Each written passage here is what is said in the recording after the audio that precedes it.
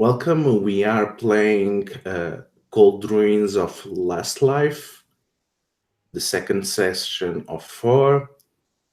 We are joining our party as they are lost in the Mired Lands after their awakening after aeons of being stuck in the mud and mire. And after their strange encounter with the nursery of the gods and the creature that claimed to be the emergent world of the new world, the deep wasp,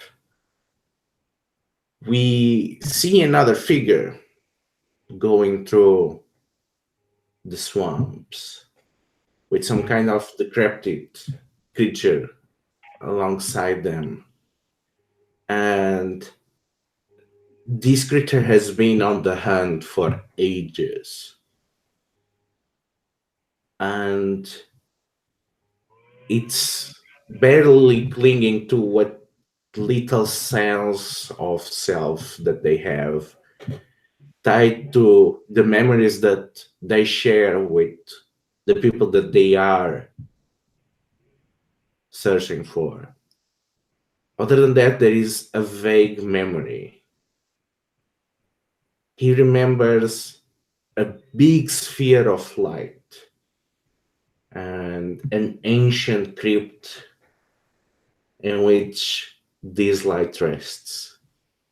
And he remembers tall imposing knights with armors that may have been dulled by rust and the fall of light, but they are maintained by the honor and dedication of their bearers. What the Sandbean remembers about this fading memory that makes him believe that he is a friend and ally of those knights that he remembers. I think I wasn't a member of that order prior to the fall, but I think I remember being protected by them, maybe being taken in by them when I was young, and it was just me and Scrappy. Now an ironically appropriate name for this ragged and decaying dog, and that memory of Sanctuary has kind of survived the fall.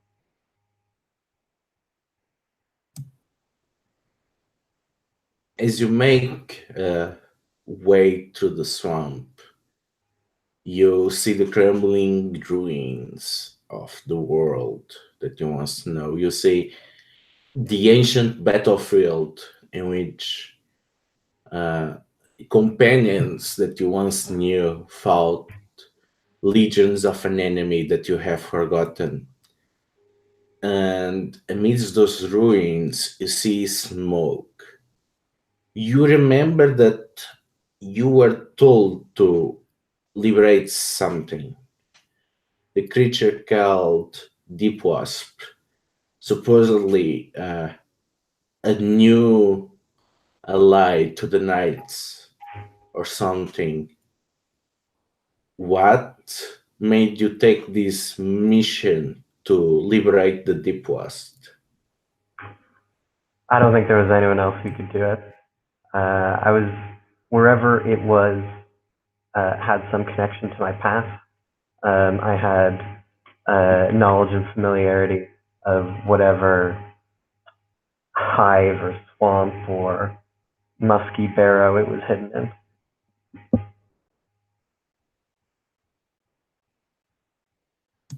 All right. So, as you are navigating through the swamplands, you feel yourself being overtaken by its weird claymate. Why don't you give me a constitution roll? Okay. So 2d6 plus con. Right. And you sent a link to a roller, right? Do you want me to use that? Wait, let me repost the roll for a party.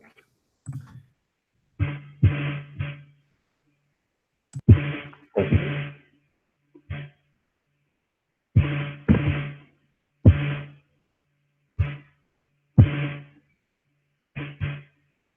So that'd be a 7 plus 0.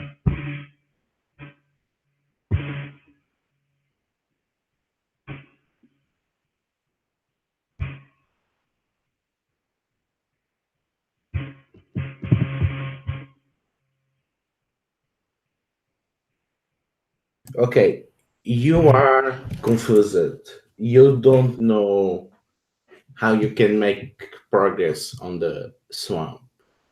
And you get the feeling that if you stay too long on this place, you're going to be claimed by it, like the other undead and creatures have been. And your only currently guidance is the distant smoke and the sparks of some distant fire. All right. I head towards the distant smoke.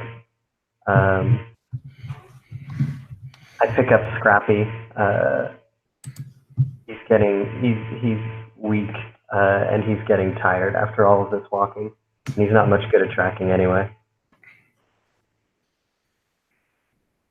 Okay, so we get to the bonfire, which is emitting this smoke, and we see the other three undead as they are preparing themselves to leave this damned place. So now that he's back at the surface, what is Bashir doing to express his new freedom? He now has a moment of quietness in which he can at least he's free from the immediate danger and is free from the prison of centuries. How does he express his newfound freedom? Basha has this little bag of gold coins, which he carries on him, and I think he is sort of sitting with his back to the fire, and he's got them all in front of him, and he's kind of picking one up after the other and kind of looking at it, turning it over, looking at the other side, putting it back, kind of arranging his collection, just alone and quietly.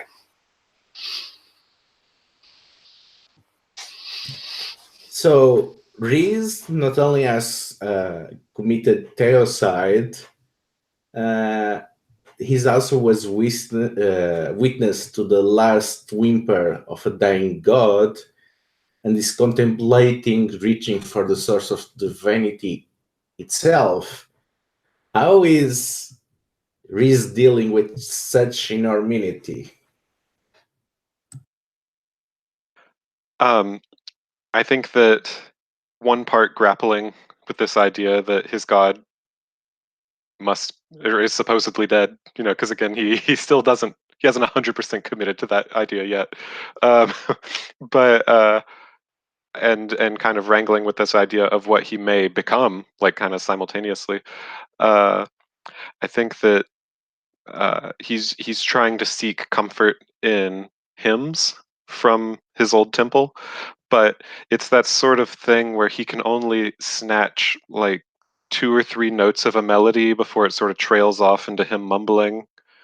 Then he goes into like a different song and maybe gets, a line or two of words, but then he can't remember how to sing them.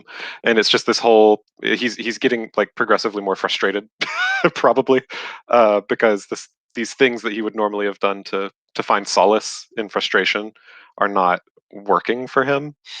And he's I think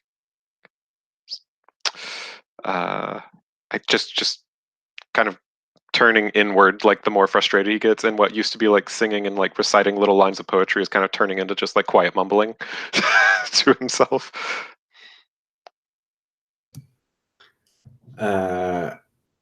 So loud, open witnessing the flow of these divine energies, and after waddling through a hive covered in bronze and ambrosia, they feel something familiar. Like the only time they felt such terrifying power, and they are getting flashes of a dark sky and an infra-black tower that seems to bend light around it, and there is something winged and terrifying flying around it, and there is a little pinpoint of light stabbing the stones of this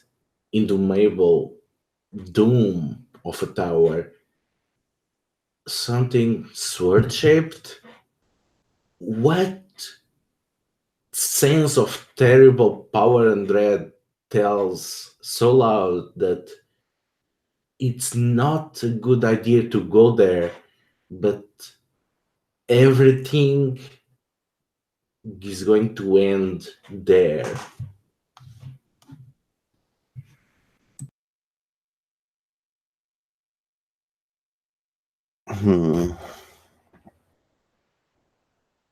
I think it kind of reminds me of the temple we had. But this is like the temple at the end of the world, right? Because it's all black and there's the little bit of like inside guards and things. So it looks like they're prepared for anything.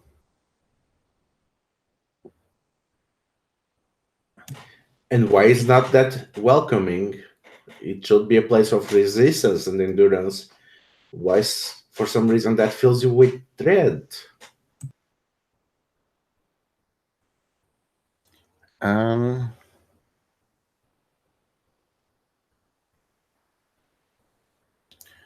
think because it's not welcoming, right? Like it seems like they don't think having people around would help them survive, you know? So if that's the case, then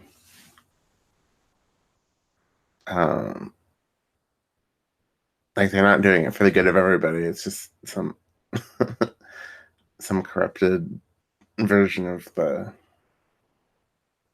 prayers that we had and things.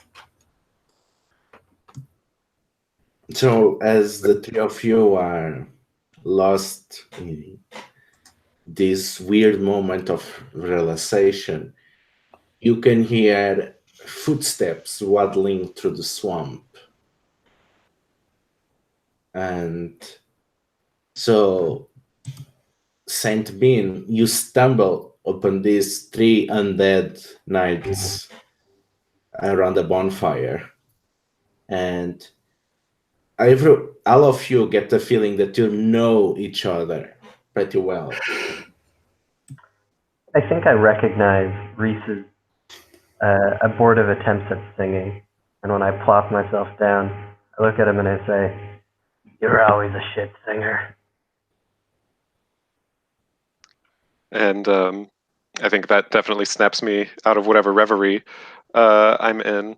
And I think that there is this this initial flare of like frustration or irritation at seeing Saint Ben, but I can't pin it on any particular memory, so I try to just brush it off as my frustration about this music, and instead, uh, I say, well, why won't you lead us in song then? Oh, Scrap wouldn't enjoy that too much. Y'all got any food? Haven't eaten. Not sure I've ever eaten.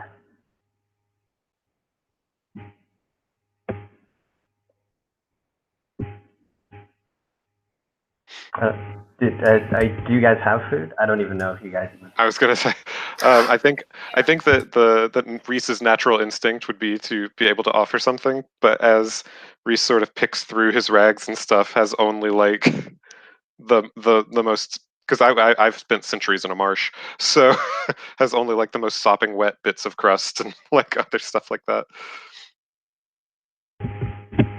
I mean, I guess I haven't seen a person since the fall, and haven't adjusted myself to the new forms of hospitality. But Scrappy is forgetful, and he goes about the campfire very plaintively and pathetically begging for food, playing up his lame and broken tiny body for pity. I don't know if that moves anyone. Not at all. I think Basher, kind of hearing your voice, will quickly gather up his coins and chuck them in the bag. And he will sort of jump up and turn around. And I don't know if I recognize you or not, but you kind of look, I guess, vaguely familiar. And he will run across and just grab you in a big hug. He's not quite sure why, but he's going to do that. I return the hug enthusiastically, protectively even. My wretched chains clank against your armor in a cacophony that is only more pleasant than Rice's singing. And I was like, it's me, Basher, right? You remember me from back then? You look different. You look stronger now. I don't know. I feel strong, but I was always strong. How are you doing? It's Binny, right? Yep. Hungry, tired, but neither of them at the same time. I turn to So Loud, and there's no recognition there, I think, except maybe in the way that you might, in kind of the uncomfortable way when you know you've seen someone and been introduced to them, but you've totally forgotten their name. And so I just let the moment pass with a polite nod, up nod. So. You get used to it eventually.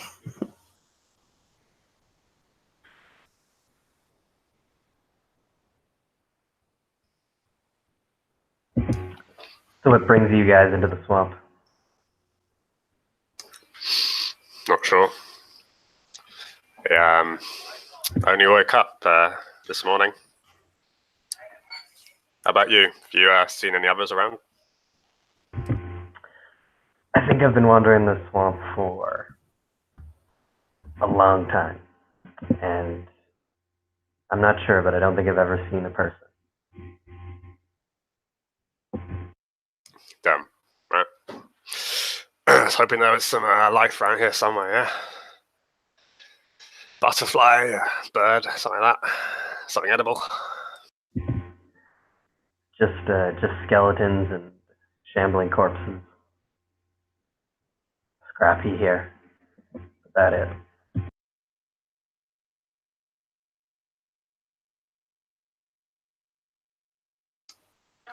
Well, sorry. Oh, no problem. Well, surely, this swamp is not the very edge of the world.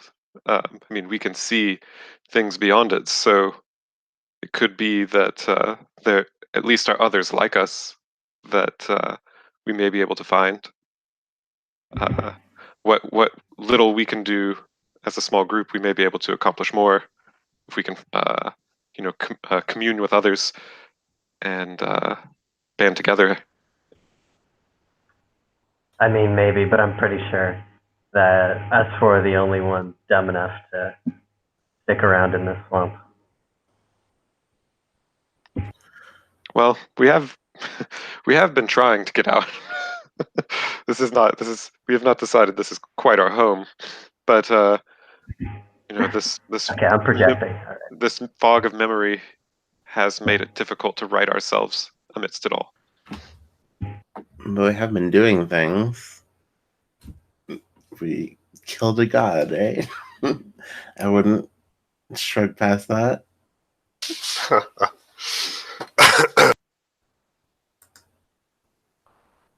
What sort of gods do you kill? A false one. Ain't that just the way? Baby one. Yeah. I think it surely would have threatened everything that Pedwin has tried to establish in this world, even more so than it already has been. I'm not upset by that. I really believe in a worshipper's right to choose.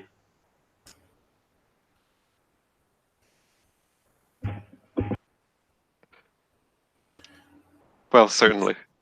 I mean, before, there were a multitude of gods in our pantheon. I believe, though, none of them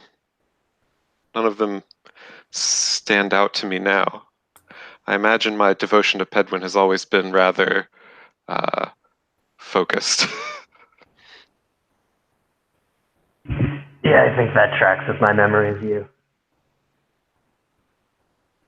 Definitely focus. Where'd you kill this god? I just point over to the giant maggot corpse.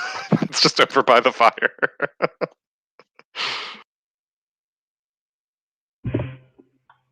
Gotcha. That's awkward. Y'all just decided to camp around that? Just gonna post up right next to the maggot god corpse. Well, the threats seem to be under control, and perhaps it's enough of a warning to others. Wait, can we eat that? You can try. Yeah, you're welcome to try. I gesture at my desiccated rib cage. I might not be the first or the best to go first. I think realistically, though, my dog is probably sniffing at it and deciding whether or not he's going to take his first bite of flesh in an eternity. What is he smelling? Which tags does your dog have? Which tags did you pick for your dog?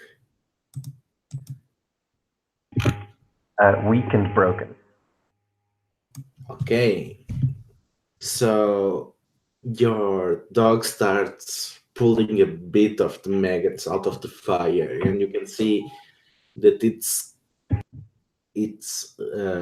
skin is surprisingly hard, and there is a soft, sweet meat, pale sweet meat within, and there is some where you won't expect to see scorched vessels or something. You see small veins of rainbow, a rare color within the ruins. But what curious is the very substance that seems to be burning. It seems to be this milky, shiny, light reflecting substance that seems to be oozing out of the body.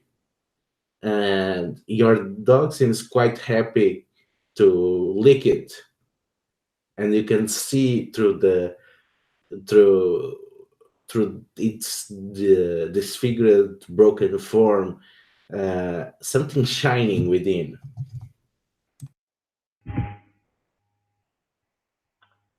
I mean, if no one else is going to move towards the shiny thing, I'm certainly going to move towards the shiny thing. Okay, why don't you give me a studied ruins?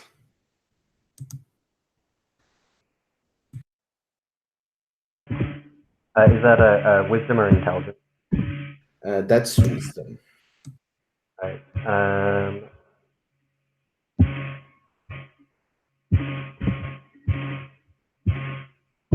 That is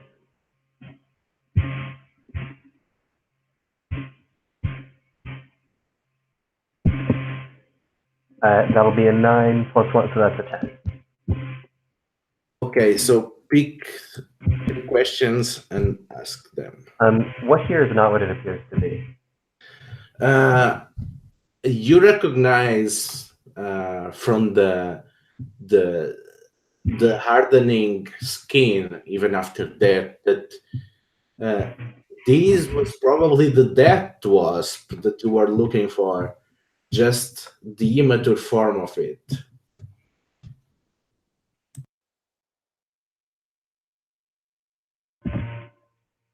And I was told to liberate that wasp, right? Yeah, you are supposed to liberate it and recover it. All right, well, guess there's not much point in being in the swamp anymore. What here is wrong or strange? The oozing liquid, you recognize it as ambrosia, the food of the gods. And you know that it can have transformative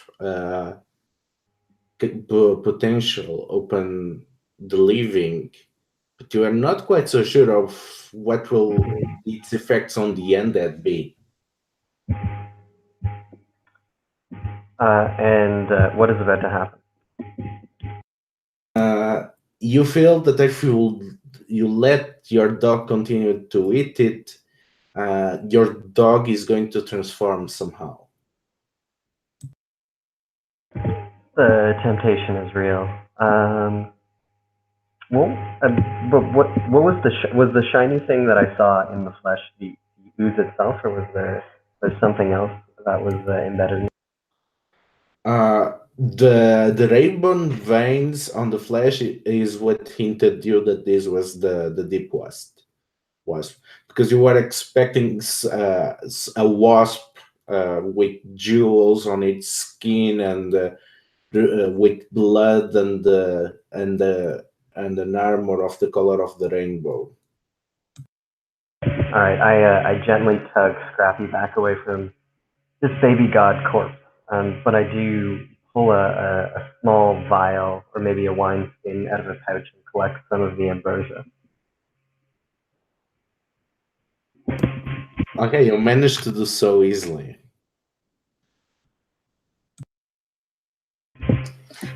That's real disgusting, Benny.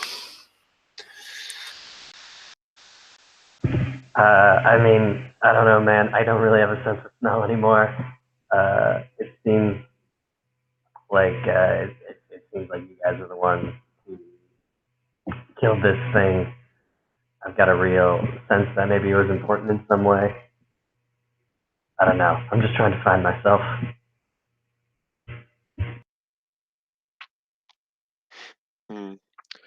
Well, what's done is done.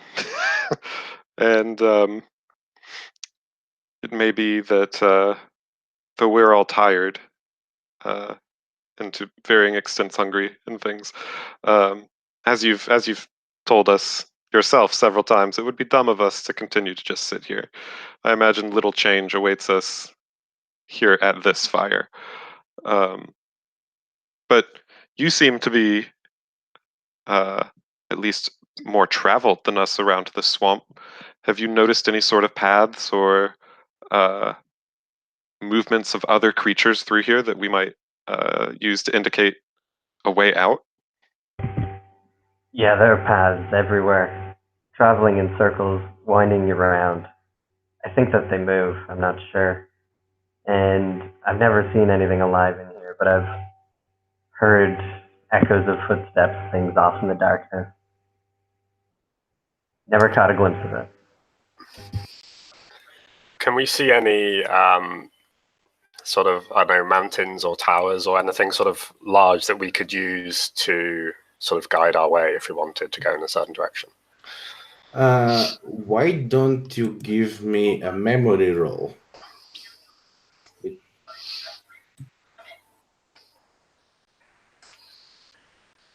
Not very smart.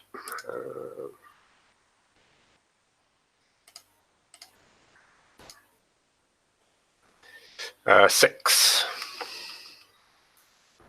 Okay, so you are looking into the horizon and you see the contours of some sort of castle tower. The moon is sort of a faded purple, but you can get the feeling that you can see a castle from the outline, but you cannot remember anything specific about the castle. But that's a landmark, and it seems to be outside of the swamps. Mark experience. I will, sort of point up at the castle and say, "You have been that way, Vinny."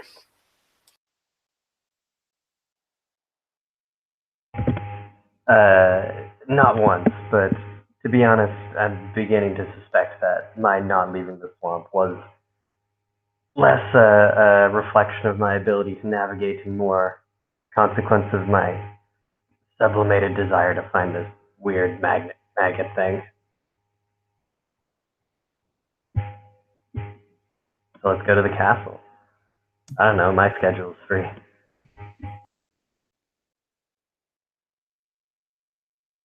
Wait. Does anyone know how to unkill a god? It's interesting you say that. Oh, I don't know. I do have an inkling of how one might achieve such a goal. Go on. But the precise nature of this ritual yet escapes me. I do have divine inspiration, however, that should we gather sort of the physical remnants of and artifacts of power associated with a member of our pantheon, we may be able to reinstill their essence. But I don't precisely recall where those may be. All right, that's really... All right. Oh, no, go ahead. I just gonna say that's really interesting. That's great. That's good stuff, right? You were always the smart one, terrible singer. Do you know if this weird maggot wasp had any relics or items of power? And I think that Reese is still kind of like formulating what was my relationship with Saint Ben, and I think that the more they talk to each other, like the more internally frustrated Reese becomes, and I think that he simply says, "Oh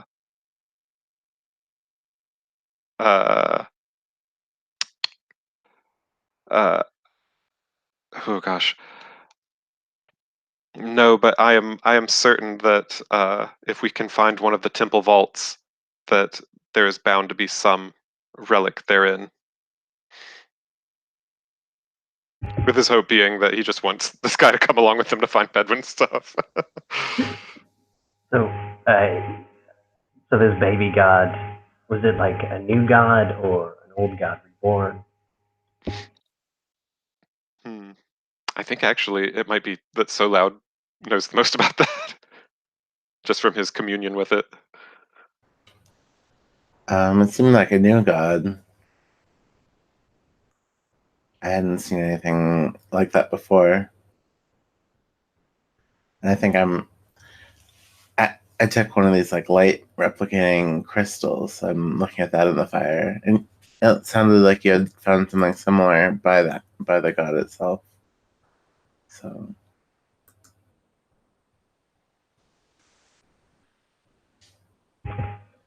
All right, well, I am concerned that Rice is going to do something stupid, something dangerous, and I think that the best way to prevent him from doing so is to go along with him, figure out what's going on.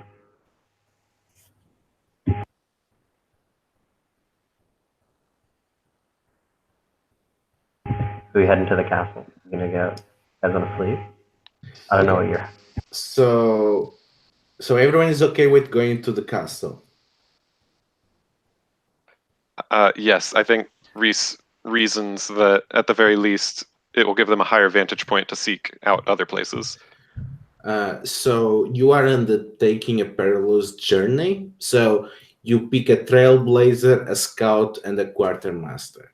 The quartermaster does not really matter because you don't consume rations.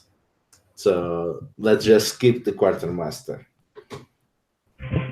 Okay, I have +1 wisdom and +1 intelligence. Take one of them. I think it makes sense for the ranger to be the scout.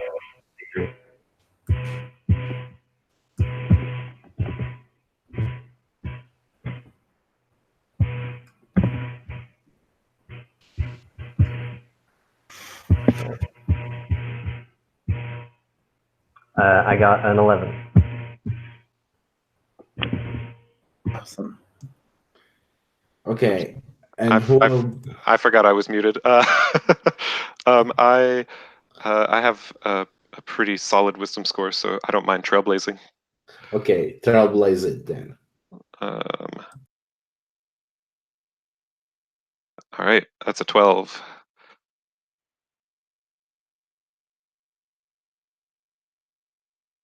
Okay, so by the thought of you, you actually managed to navigate the swamps pretty well. You avoid the weird loopling deluge of previous arcane manufactory, and you manage to find solid ground. And within the space of hours, you find yourself losing sight of the creeping dead vegetation that just clouds over the Mired Lands, and you are in a barren, dead countryside of broken roads and seriously.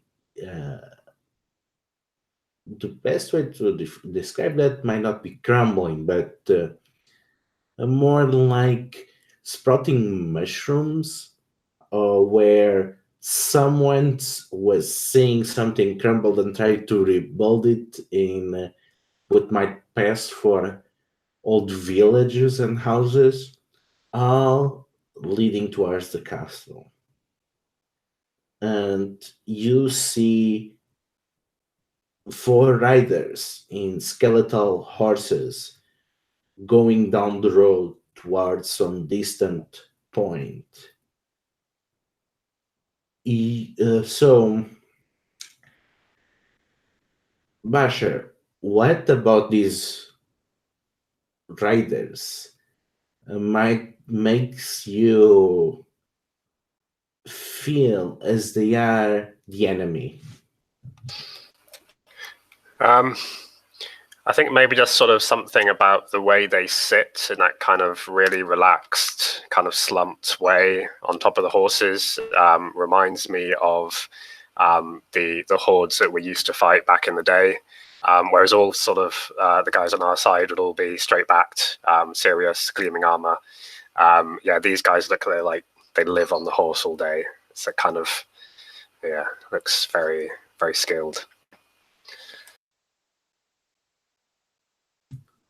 Are they coming towards us? Or are they sort of going? They are going to another direction opposite to the castle. They are trying to circumvent the Mired Lands, going through the broken roads. So, Reese, what about the way they act convinces you that these undead, they are not exactly intelligent anymore?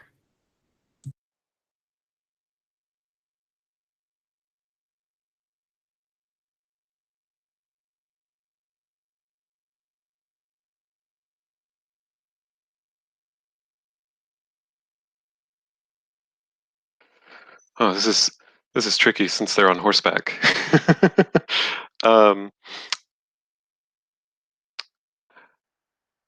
Let's see. I think it's. I think it is the fact that even from this distance, we can kind of hear like the sort of clattering of their teeth and jaws and their gibbering and things like that. Entirely unintelligible kind of noises, and it's not even like suggesting any communication between them. They are just emitting sound like as they travel. And so loud. What about the ruined trappings of these nights awakens in you a recollection of a purple and noble house?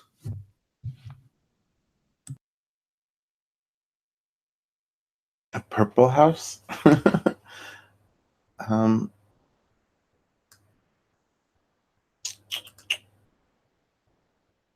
I think their skin is purple. Like they'd been wearing purple robes for so long that it just like leached into them, right? So it's probably not all of their skin, yeah. But at least from out here, that's what we see. Is that they're all purple, like some alien figures or something. So you see these crackling riders mindlessly making noises as their body it's both decaying and the dangling skin and bones they seem the very dye of their old clothes have permeated their very being. And Saint Bean, what makes you realize that the true danger about them is their horses? Because everything that Reese noticed about them is not true of their horses. They're, these slumped figures aren't exactly guiding their mounts, very much the opposite.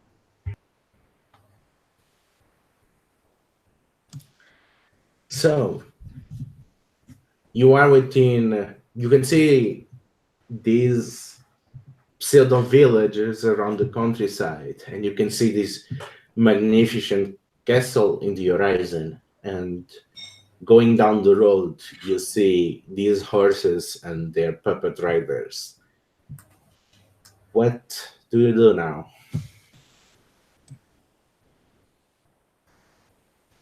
Would they cross our path if we just continue towards the castle? No, unless something very wrong happens. Oh, you're fine then.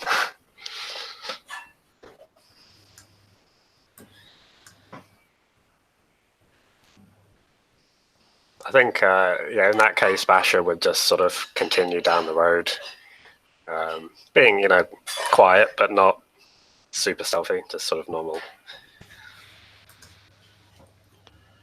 I think that Reese would honestly be following Basher's lead in a situation where physical violence threatened. But I think that Reese probably positions himself that sort of thing where like Basher is going to be between him and the knights that way. I'm certainly standing at Basher's shoulder and with Scrappy on my shoulder.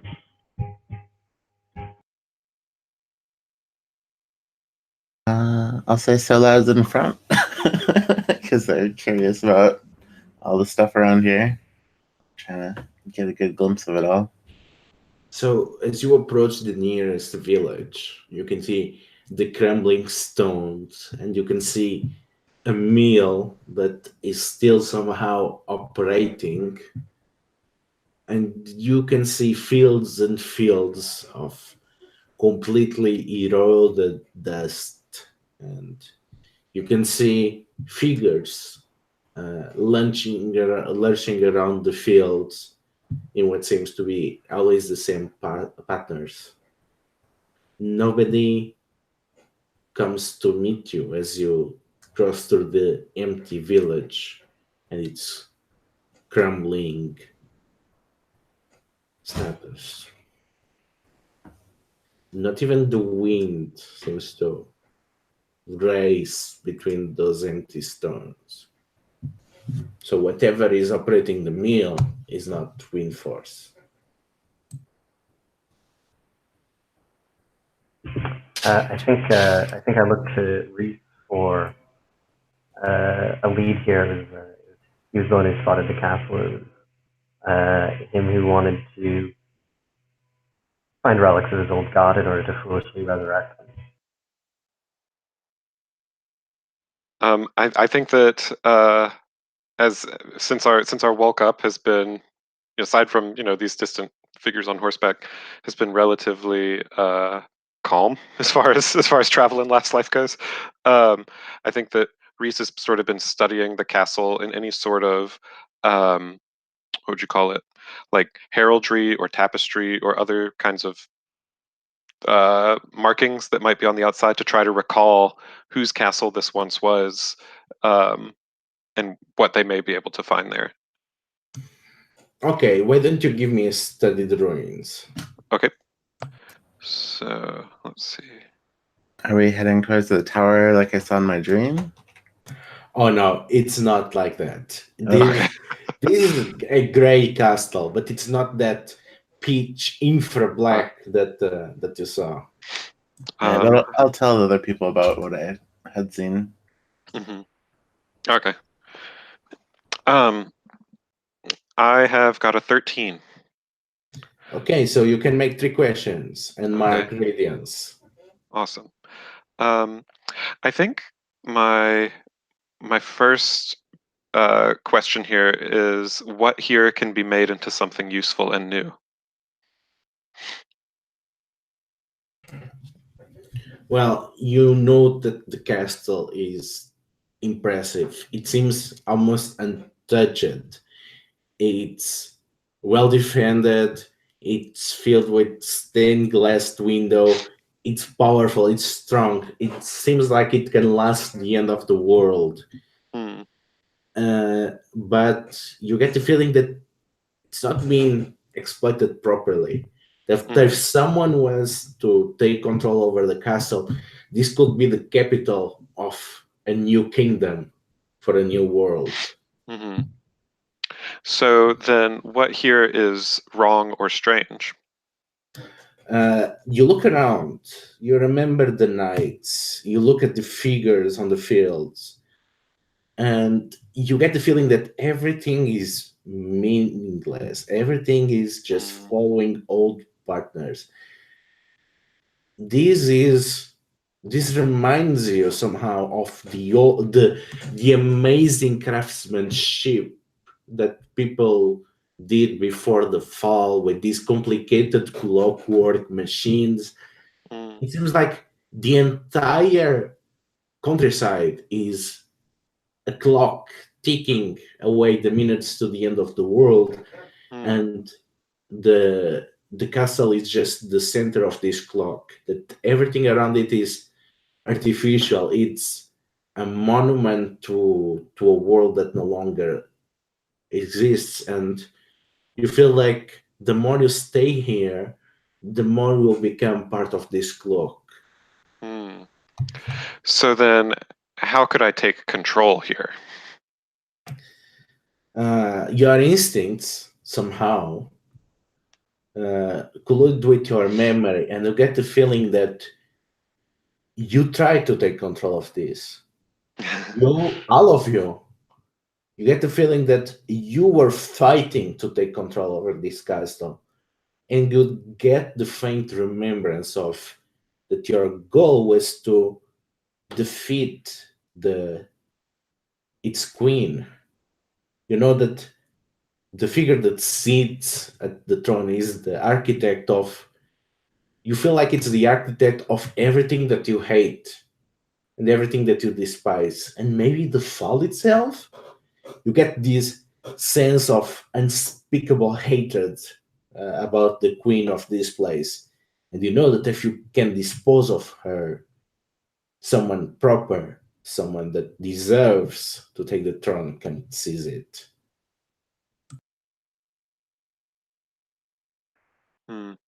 So I kind of want to relate this to Saint Ben, more or less, about how there is this sort of clockwork quality to this place that people act without purpose, but like all clockwork, there's a central mechanism, and if we can dismantle or seize control of that mechanism inside this castle, then we can sort of wind this kingdom to our own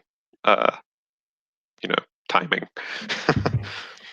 What do you know about the sort of power that would be able to preserve a clock this big? Must be a pretty big spring.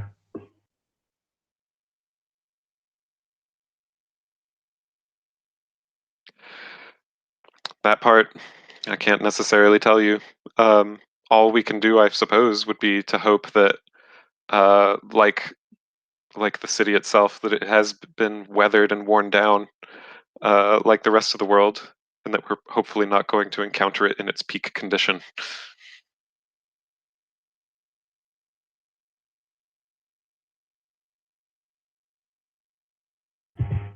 Anyone think they were a clockmaker in a past life? No. Definitely not. I can't tell the time, mate. Maybe a jeweler, but that won't help with clockwork. Well, I was going to say, Basha, are you still near that mill that we saw earlier?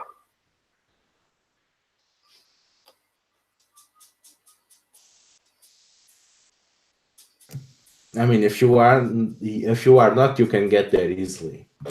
I think he'd like just sort of have a look inside, and I think he's not too convinced by the sort of the whole clockwork thing. He wants to have a look and see maybe there's just like a guy in there putting a rope or something. So you go inside the mill and you can see a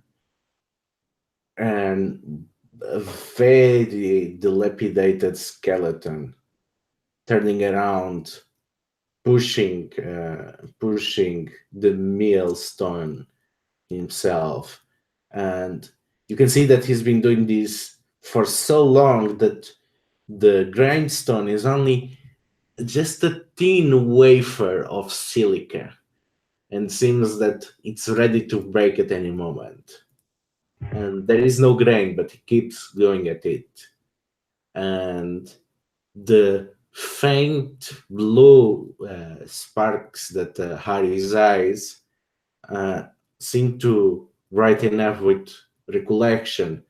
And he waves at you. Well met, travelers. I'll wave back. Hi there. What are you doing? Tending to the mill. There's It never stops. no grain on there,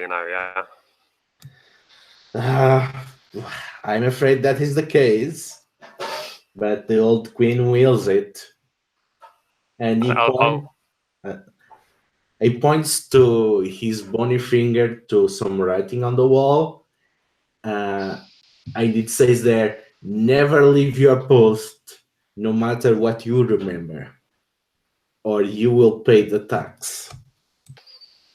I think I would like to just sort of stand in his way and see what happens. So you stand on his way, and he is startled, and he stops, but he does not remove his arms from the grindstone, and you can hear the snap from the sockets, and you can see one of his arms dangling from the millstone. Oh, it happened again. Oh, sorry about that. How about you take a rest and I'll push this for a while. Okay. And he grabs his arm and goes to the corner and begins to try to stitch himself up. Yeah, I'm not going to push it. I'm just going to stand around and wait. See what happens. Okay, so you can feel the wings of the mill start moving, and the first thing you notice is the smell. It's like the smell of an old damp cave that has been open for after decades, mixed with a bit of ozone and melted wax. You feel this smell. It seems to be coming from everywhere.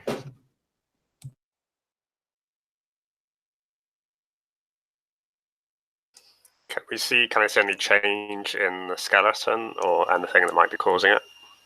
The miller seems, well, as far as I can use this word in Lastlife, seems to be a normal undead. He seems curious about what it's happened, but if they are responding to the smell, they are not showing it. Maybe they have not realized it yet.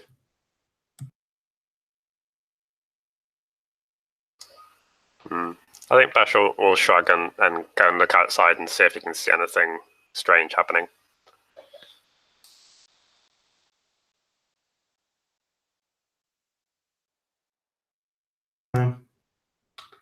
Why don't you roll me a defy danger with wisdom?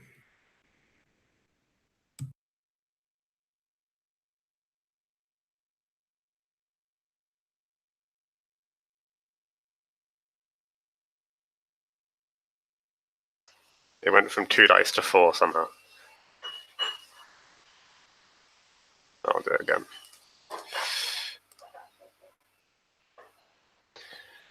A 9. Okay, you make it stop, and you can hear something snapping, like an invisible tension, and you can see at the distance the figures on the field. They are stopping their work and they are approaching the mill. Even worse, it seems that the horses on the road, they are no longer marching towards the horizon. They seem to have stopped too. So, Oops. so basically, what is, if the things don't return to normalcy, you are pretty sure that someone is coming to investigate. Yeah, I'll stick my head back in and say, "Oi, mate, back to work, back to work." Oh, don't need to tell me about it. I, Just don't tell me tell the queen that I stopped for a moment. I think at this point I turn from the wall where I had been trying to erase the writing that was there, the warning that was there, and I take up the miller's post at the grindstone and attempt to shift it. Oh, what are you doing, friend? Look, it seems like you could do with some medical leave. You just rest there, see if you can fix up your arm. I'll take the mill for now. Well, that's novel. And the miller goes outside, and even with his skull face, you can get the hint of an expression of confusion, as if he's trying to understand what he's supposed to do. What does he do when he's not on the mill? Huh. I wonder. So he seems to have this confusion about who he is and what he should do other than that. And he seems to be wandering around the village as if trying to reawaken memories. Someone may want to keep an eye on that guy.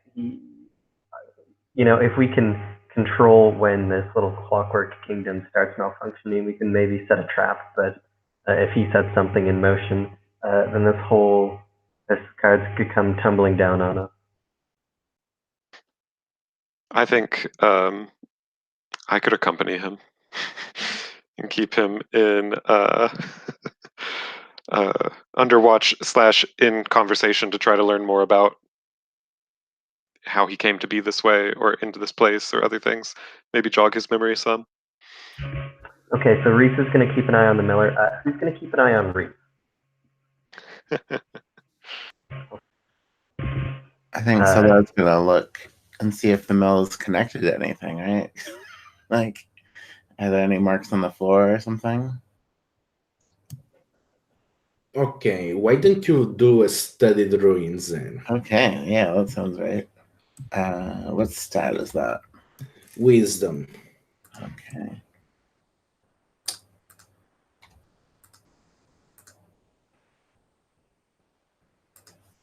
All right, because I have -1 wisdom, so that's good. I got 8. So that is ask 1.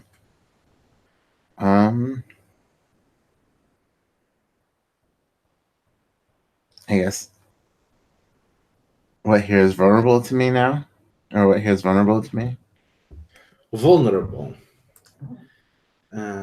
Okay, so you don't see any obvious markings or arcane signatures or whatever making this place. It seems that it's very maintained the old-fashioned way by hard work, but you get the feeling that there is no plan or greater will than that. It seems that the people that live in these places, they repeat the same mundane rituals over and over again because they think it's all they can do. They think they don't have alternatives, and they are too dead to even contemplate alternatives, and too far gone in their oblivion to even remember what their life is to be. So there's no big mystical mystery here. It's just hard work, and you understand that it's maintained because of the because of these people. So if you were to restore their memories somehow, if you were to erase the last remains of memories that they cling to, all this will crumble because they will either move on with their own life, or they will just stop still where they are, and the entire kingdom will slowly, for want of the remembrance of a nail, fall down. So by either recovering memories or erasing them completely, you can end this. That sounds like a quest. Right. Oh, so what are you swearing then?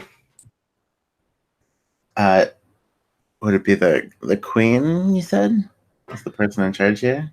Yes. So I guess or maybe defend the people of this land and the inequities that beset them. That sounds right. Okay, and what are the vow effects? I'll say senses that pierce the lies. That sounds about right. Since we got this info. And what else? Oh, I got 2. Yeah. Did a mark of divine authority? Always useful. Okay, so as Solad makes this vow, we cut to the miller outside, and he stops still and grabs an axe, a rusty axe that is laying on a corner. Now I know I don't remember anything about this place. I came here like you did long ago. I came here to kill the queen. I don't recall. Why? How did I end up in the mill? So let's take a break of 10 minutes. and then we continue to see how you deal with this relation. See you, Sounds good. see you See you in a there. bit. Sure thing.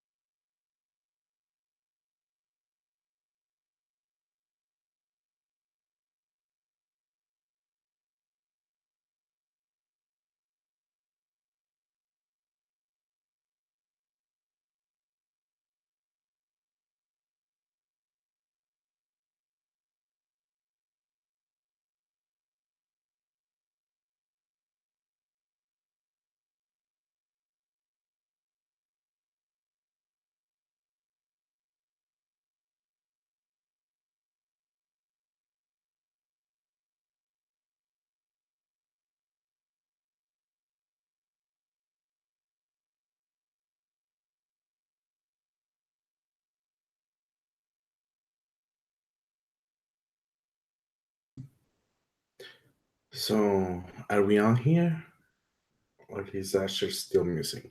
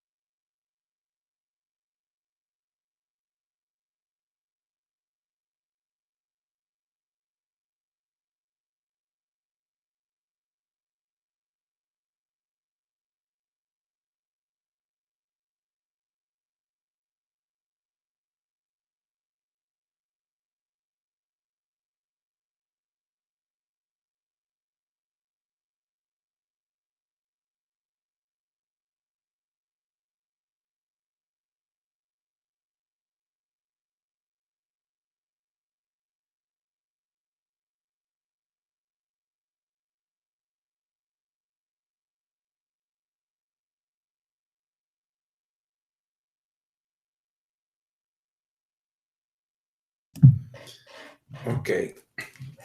So as you are with the man that thought that he was the miller, he is turning around, his axe on his hand, looking at the castle, and he just turns around, eyes with determination. Well, I guess it's time to kill the old bitch then. And he starts to make his way up the road. The thing is, what happens to the mill then? I am still pushing this grindstone. But I think I shouted at someone to go get him. Maybe we can organize a militia of some sort. You know, really, really be a vanguard for the revolution instead of just Yeah. one guy. And I kind of try to put myself in front of him in as friendly a manner as my corpse-like, visage can manage, and say, "Now, just a moment, friend. Surely this isn't something that you had intended to do alone originally. You must have allies here who would be delighted to resume this mission with you. Where can we find them? How can we set them free as well?" I don't remember, and I don't remember who is. I'm guardian of the old queen or one of her subjects. It's too risky. It's better to just do it while she is not expecting anyone to rebel.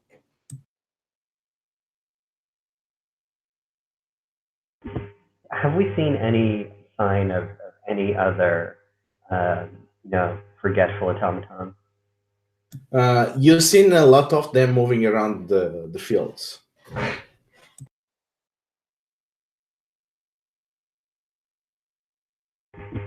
I don't know. I really feel like trying to track down as many potential allies as possible. But I really want to chain this guy up and force him to wait till we're ready. Okay, so you try to restrain the miller? No, the opposite. I don't. Okay, so who is going to go to the fields while the rest tries to keep the miller in wait? I think I may be better at distracting him than necessarily recruiting others to my cause. So Reese will volunteer to stay with the miller. Mm-hmm. What about So Loud? He has a symbol of divine authority. Yeah.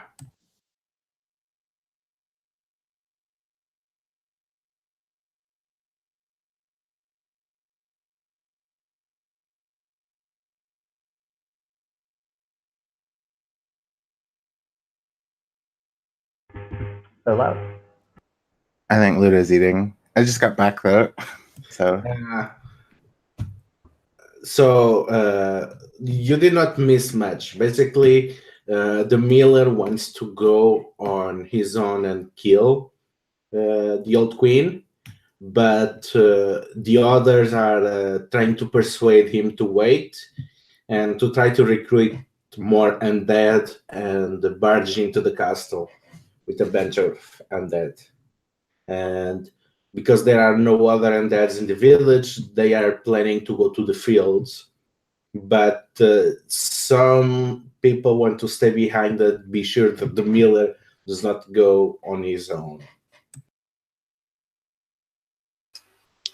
I think before anything happens, Basha will kind of talk to Salad and Reese and say, "Are we sure that this is the right thing to do?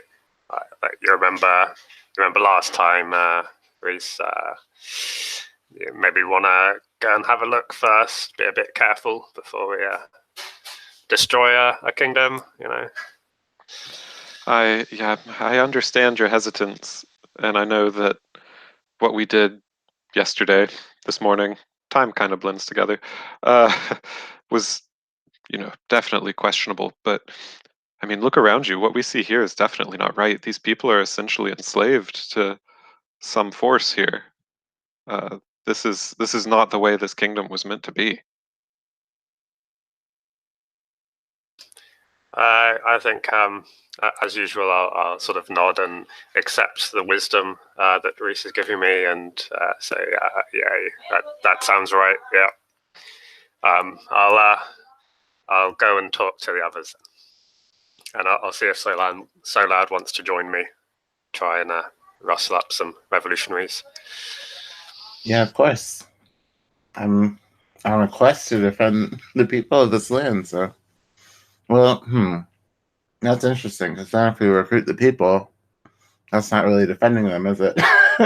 We're just using them.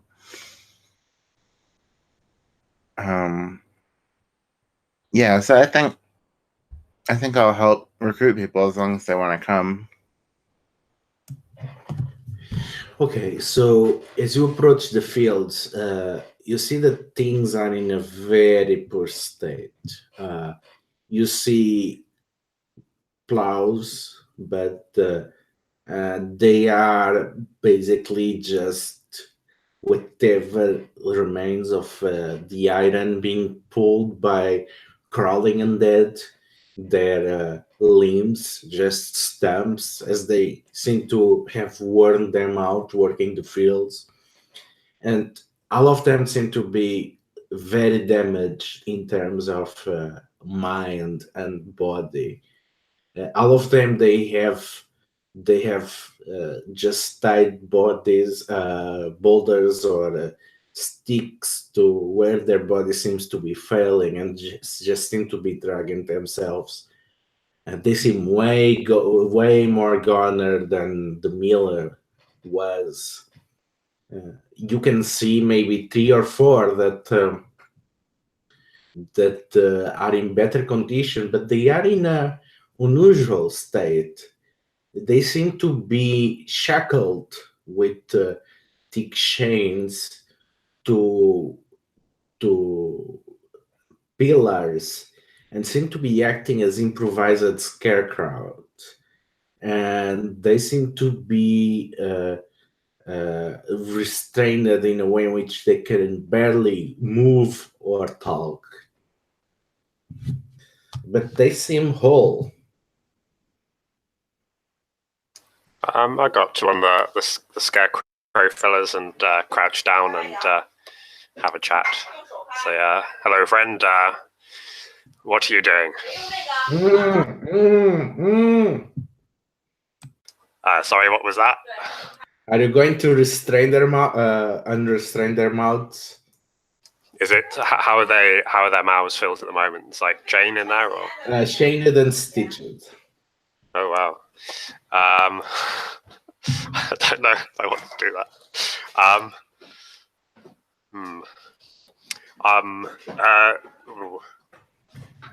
Were you coming here to fight against the old lady in the castle? Nod your head for yes, I will ask. I mean, they can barely move, but they just twitch slightly, which might be a positive nod. I'll ask Silau, what do you think, Silau? Should we cut them down? Yeah, I'm on a mission to defend these people, so if they're part of the...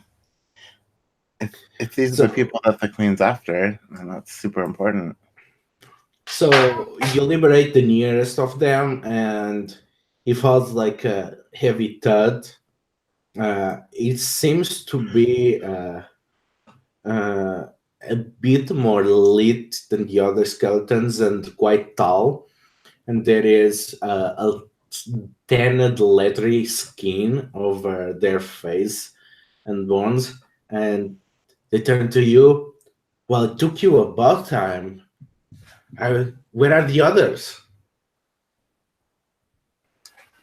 What others? Yeah, Crusher. Where are the others? Crusher? Yes. I kind of look around and say, who are you talking to, mate? I'm talking to you. Yeah, where are the others? Don't tell me it's just the 3 of you. I'm pretty sure Crusher's not my name, but hey, you may be right.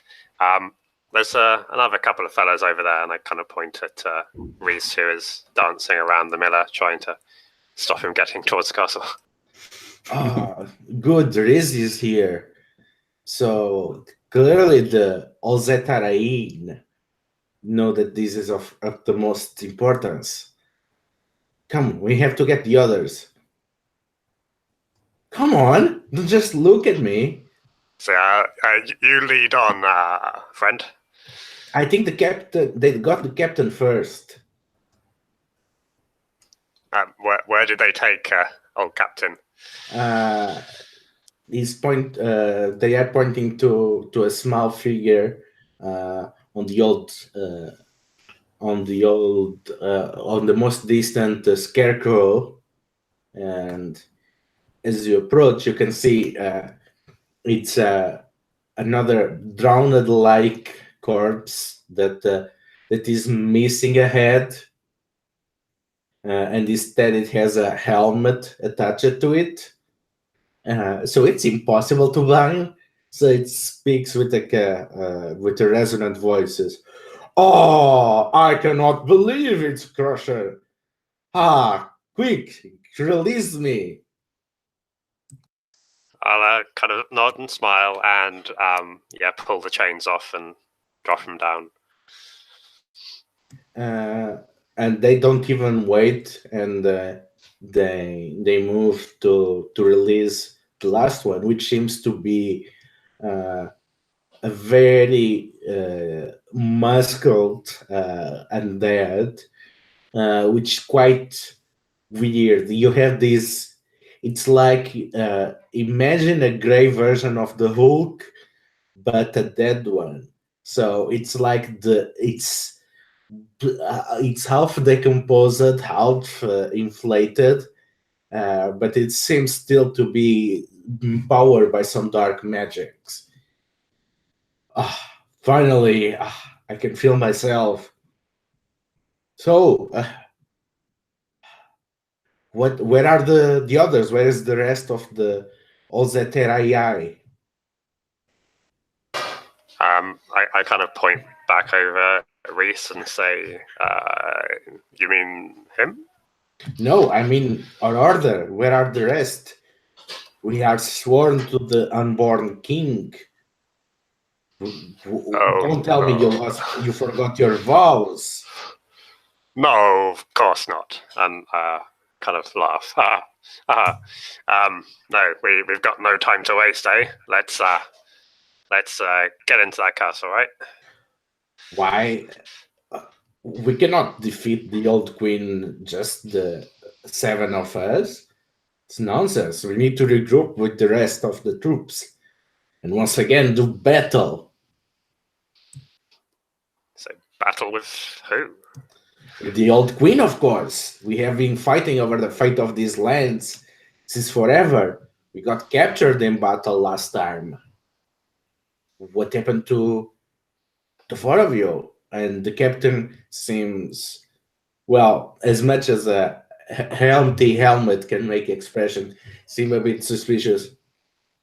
I thought you were sent to rescue us. Well, I'm here now, aren't I? Rescuing you. Well, yes. Let's regroup. And as they speak among themselves, you can say that the tall leathery skeleton goes by the name of Bo. The captain name apparently is Captain Brush. And the muscled knight seemed to be called Patrick. Bo. And the three of them, they seem very familiar around you, but you don't seem to recall who they are. Apparently, they are part of something called the Hol'Jethariae. And supposedly they think you do?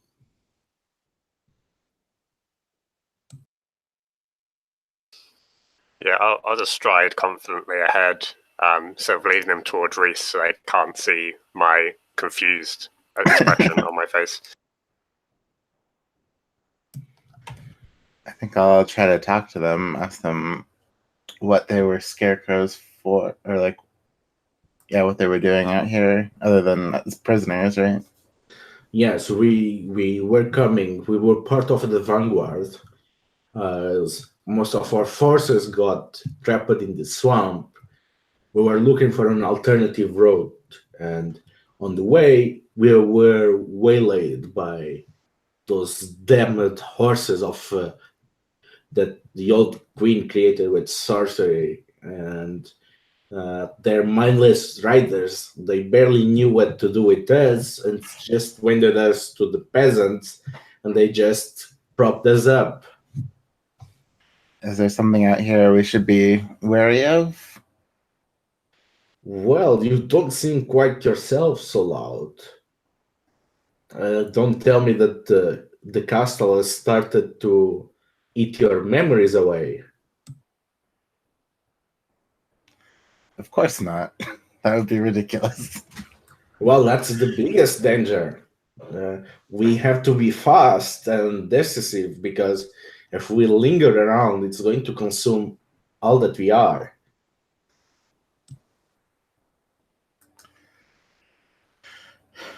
All right, let's get on with it then.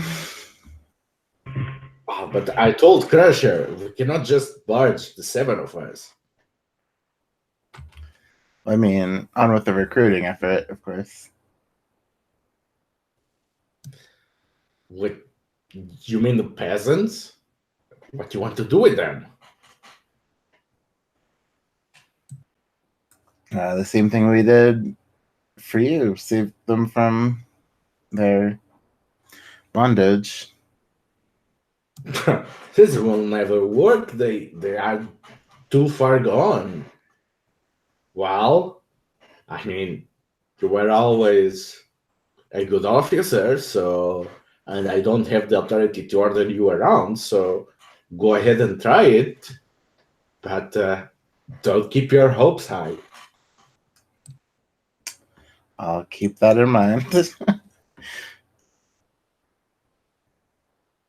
So how are you gonna take these damaged corpses and the fragmented minds of the undead peasants and prop them up for battle?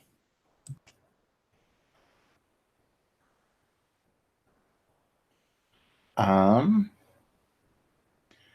my thought is on armor, right? So like, I imagine there's a lot of metal around here that we can maybe shape on some building or something. So you start scavenging for old leather and rusted metal and the chains that you just thread to try to put them into some sort of weird militia when pulling the other, at least to be a distraction. But the whatever seems to be going on their empty heads always makes them want to wander around and back to work. So why don't you roll me a parlay to use your divine authority to instill a new purpose on their empty skulls? All right. Try to convince them of my mission. I got a 5. Yay. So, market XP. So you gather all of the militia and you open your sense of determination to destroy the queen, the need to destroy the queen, the need to bring her down. And they start to form a file and clang in the direction of the castle. But as the first file starts to go and you turn to the second line, you can see them pointing their clubs and improvised axes and spears in your direction. It seems they felt your fervor to fight the enemy, and part of them remembers that you, the Hol'Jethariae, are the enemy, and that you want to destroy their queen. So while half of them are marching towards the castle, the other half are turning to fight you. What do you do?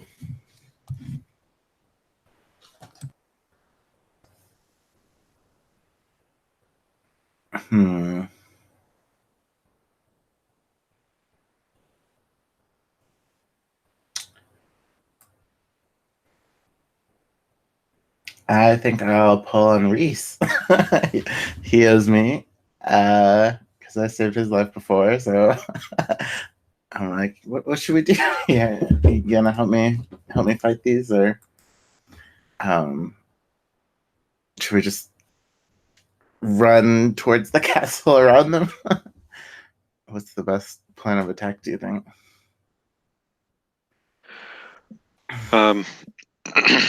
I Reese does not have a fighter spirit precisely, and so I think that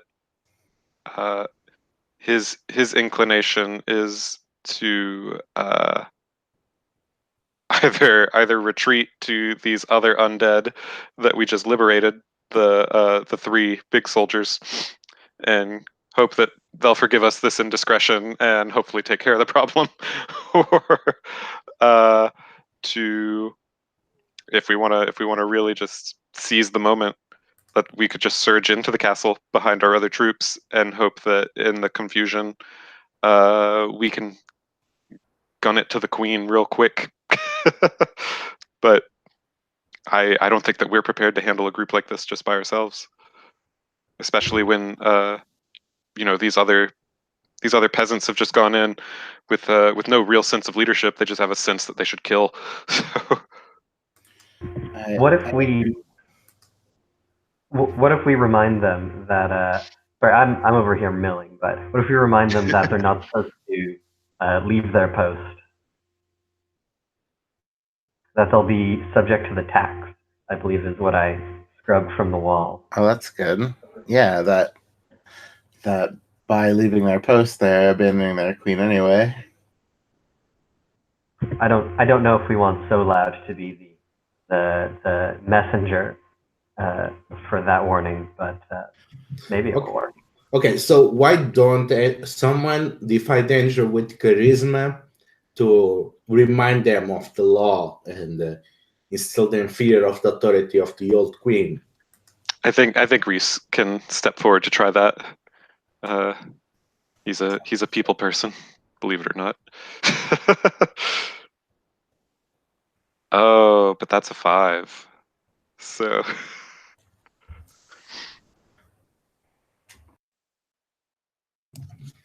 Oh no, it just keeps getting better. So get XP. It works between the authority of Solout and the moment they realize that they are true subjects of the queen and they are supposedly to kill her enemies, then they are reminded that they should subject themselves to the will of the old queen.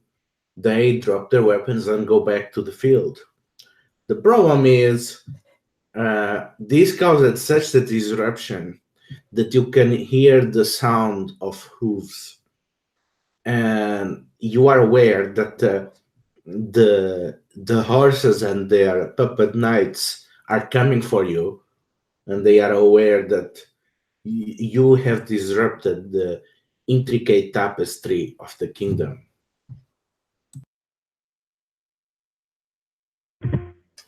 I'm milling about, but I think my whole plan was to stop milling at some point and let the horses come. So when I hear the sound of iron hooves, I come out and get ready to back up whoever's going to be in the front line of this.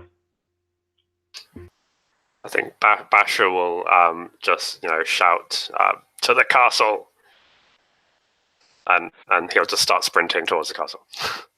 Wait, before he does, I think sprinting. Reese calls out like, Basher, wait, and I want to take one of his big fists in between my two hands, and because I understand that this is about to be apparently what we were trying to do before, and it clearly didn't work.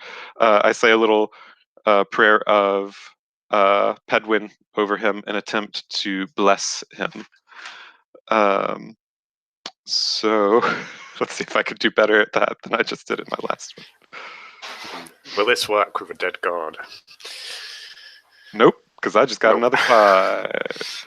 Wait, no. I'm sorry, it's rolling to the right. So that was actually an 11. 11. So let's see, 10 plus spell successful. Deity does not revoke my spell. So this just gives you +1 ongoing for our upcoming combat. Thank you, friend. Are you not joining me in this battle? This feels like a bit of a goodbye somehow. No, it's not that. It's just I think that some memory that like I think that Reese's eyes remember seeing, but his brain cannot recall, causes him to weep, like as he holds Basher's hand here.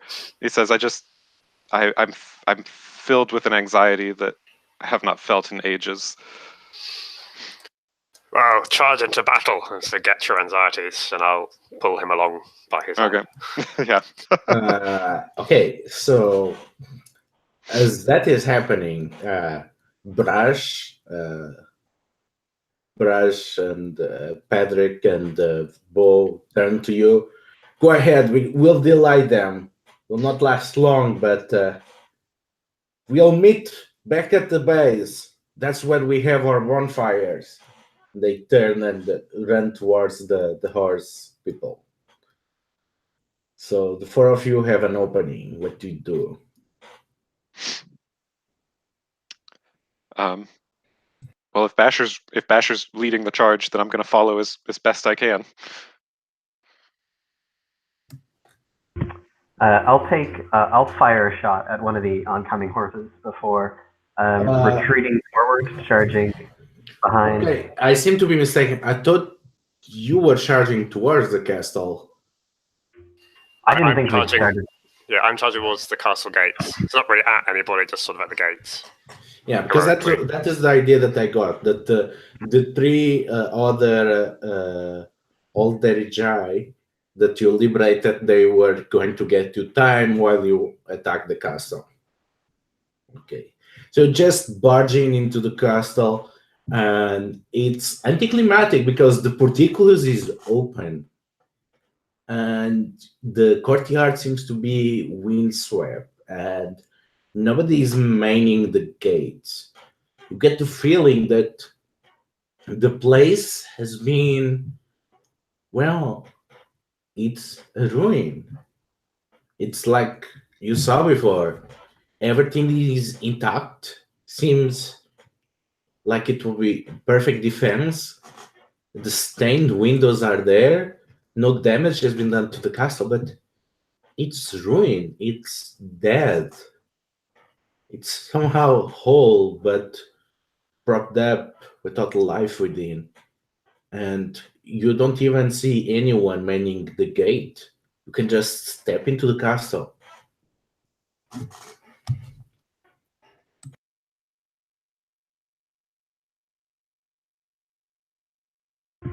Is anything about this castle or this scene familiar to me, reminding me of my life before the fall? Roll memory.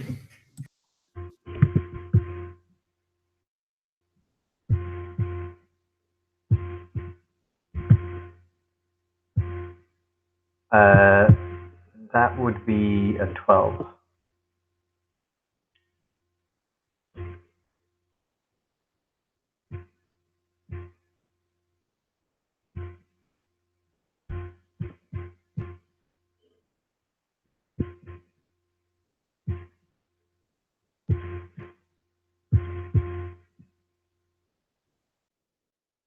Luke?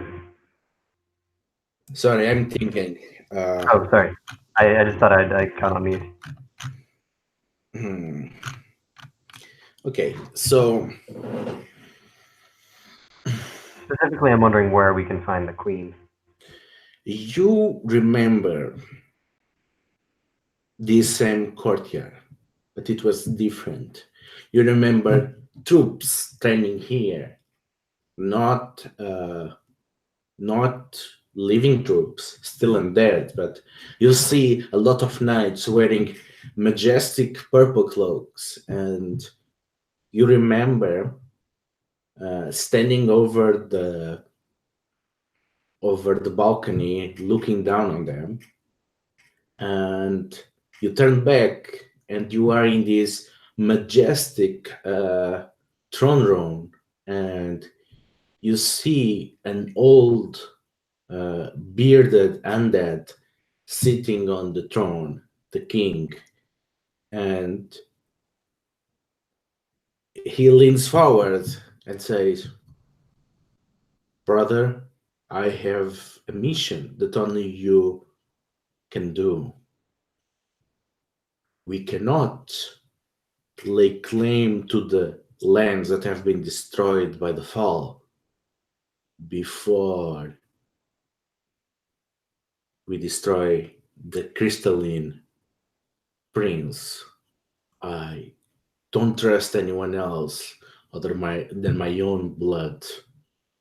So you must go and infiltrate our enemy, earn their trust, and then you can come back, and together we can restore lost life. And then you are back. And but what about the old queen? You remember an old king that somehow called you brother, and you get the feeling that yes, at some point you served these people. You call this castle home. I lean over to Reese, I think, and I say, "Does the phrase crystalline prince mean anything to you?" Well, You remember the other three used that expression just a few minutes ago. mhm. So you can try to see if you get anything more precise. Sure, yeah. So roll memory. Okay. So, let's see here. What's my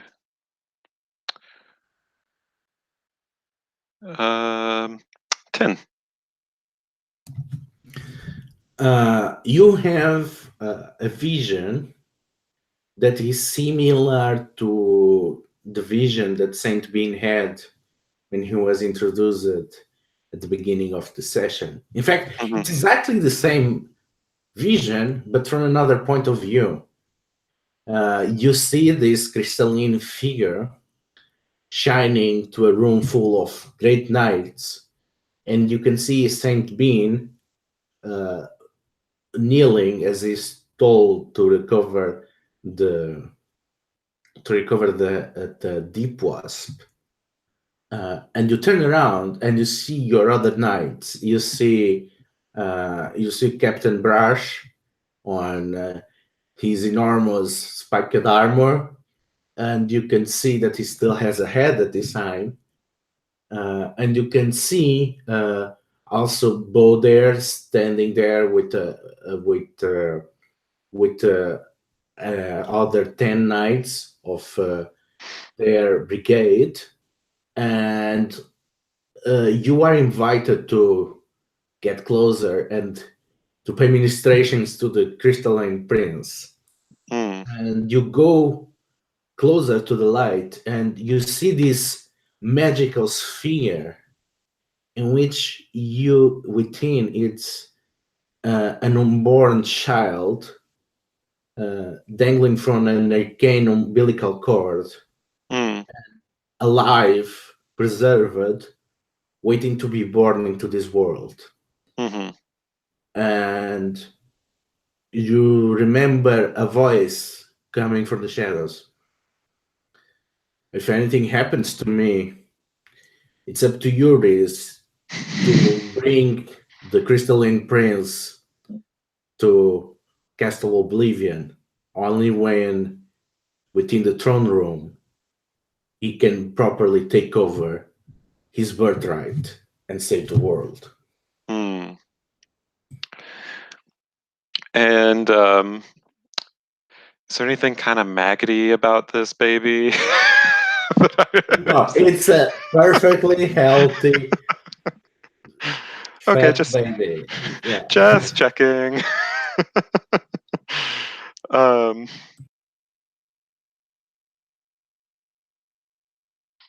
was gonna say, because this memory would primarily be accompanied with dawning horror otherwise. So, um,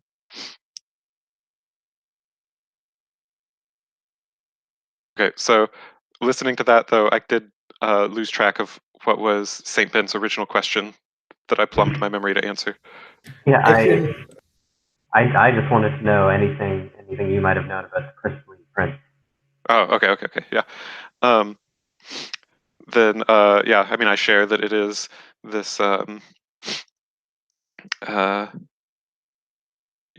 this divine mission that we had received to ensure the kind of restoration of Lastlife, and that while all the particular details escape me, it had to do with bringing this unborn prince to the throne room of Castle Oblivion, presumably here where this old queen reigns.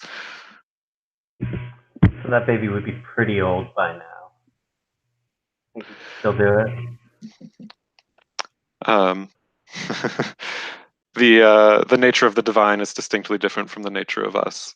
So surely what we consider old may still be infancy for this being.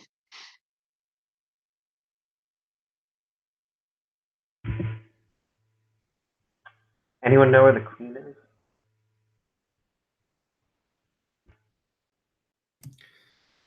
I mean, Saint Min, you get the feeling that you are familiar enough with the castle to make your way to the throne. Then that makes sense. Then I will. Guys, I think I got some sort of connection to this whole castle. I don't know what it is, I say, but I'm pretty sure the throne room is this way, and I guide them through a pair of enormous open doors, up some stairs maybe. So, as you go up to the castle, you don't see many people. You see people laying plates over broken, rotten tables. You see cooks preparing meals out of dust. You see maids and butlers going around the place on ragged clothes, moving dust from one place to another. Nobody's talking. Everyone is locked on these routines. And you can hear battle ahead, and you see the first line that you sent fighting against what seems to be the guard.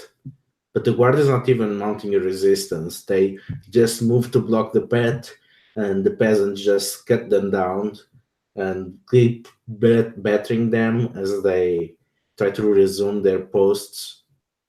And you are able to climb into the second floor without problems. You can see a massive court hall in which you see skeletons dancing, skeletons in their rooms grooming themselves and trying to pick between rugs and jewelry. And as you are going to the third floor, so out, what is that you see that makes you realize that Castle Oblivion steals memory way faster than anywhere else in Lastlife?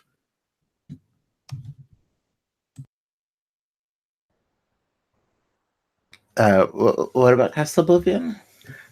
As you are going through the second floor, you realize that Castle Oblivion steals memories way faster than anywhere else in Lastlife. That memories that you would lose through decades, you could lose in a question of minutes here. I think we see the memories, right? Kind of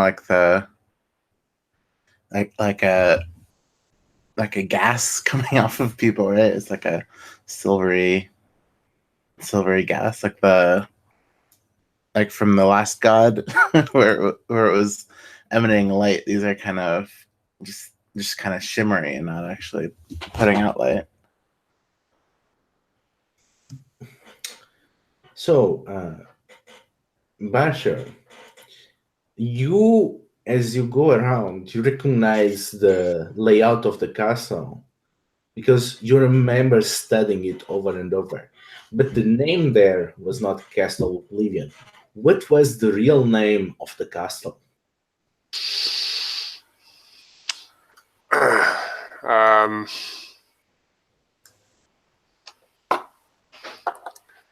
think about it.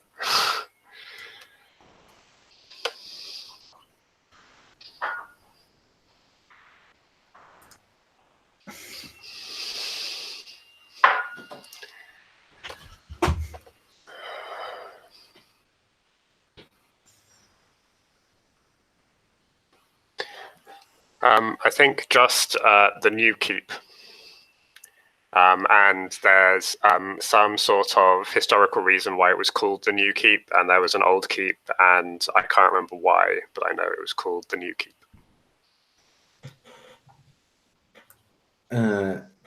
As you remember the new keep, you mouth that name to the others, and then you realize that you don't remember it anymore.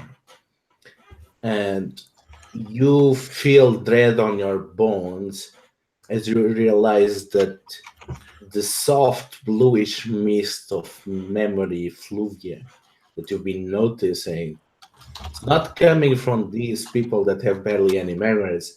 It has been coming from you. The castle has been eating your memories. So why don't each of you roll me plus intelligence?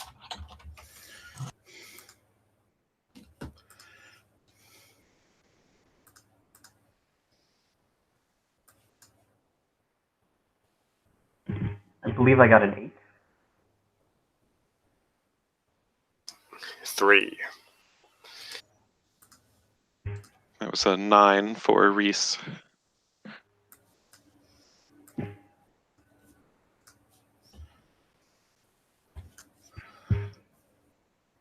So I also got a 9. Interesting. So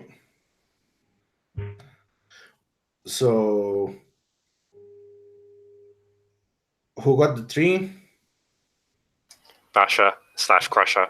Okay. So you gain a new bound. You don't remember the new keep. You don't remember. Well, you remember Castle Oblivion. And you gain a new bond that you are the captain of the guard of the castle. And all the others, they feel like they are missing something important. So each of you loses one memory, and each of you gains a new memory of the castle. So Saint Bean, you feel something important from yourself. All those adventures looking for the deep wasp, they just seem to vanish away. And you remember being here on this castle, sitting beside the throne as the old king, your brother, receives courtiers, and you remember a woman with her red hair, the most beautiful woman that you ever seen, and you see her bowing before your brother, and she's cradling something on her arms, and you feel yourself consumed by a feeling of jealousy. Meanwhile, Riz, you forget the hymns that were sang this morning, and you remember instead the coronation of the old queen, and you remember her standing before you as you honor the gods by making her the true sovereign of Lastlife. And lastly, we see Solout killing the old king and burning his old, wretched, undead body in the name of the people of the kingdom.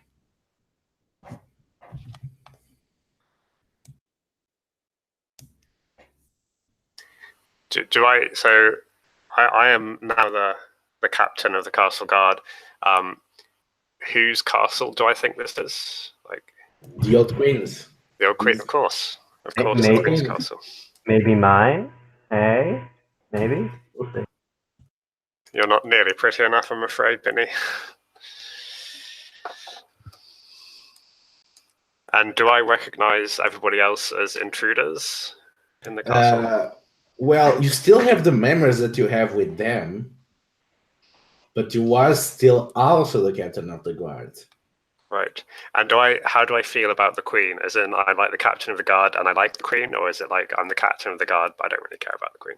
Well, you have a bond to protect the queen, even if you are just suspicious and dislike her because you did that before. Did not forget that part, but you still remember that it's your duty to protect her. You feel like you have to protect her. Cool.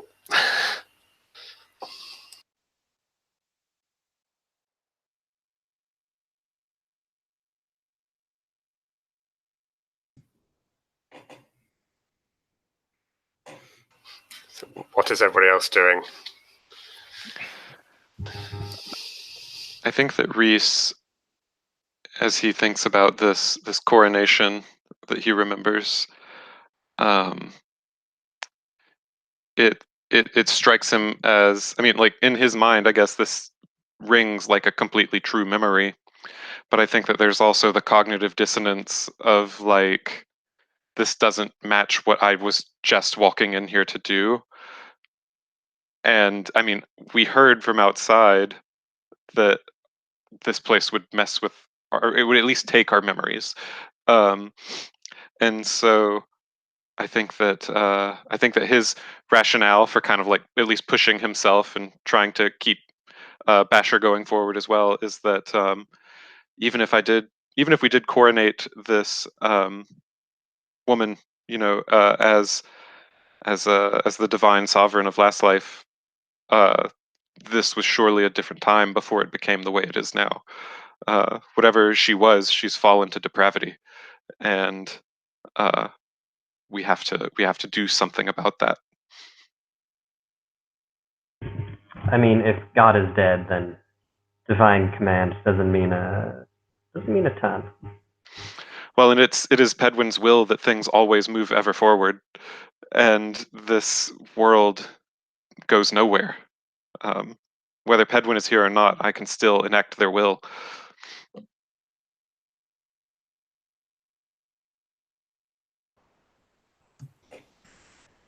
Right. This place holds so many secrets, so maybe this is the way to gain that knowledge by losing our old knowledge.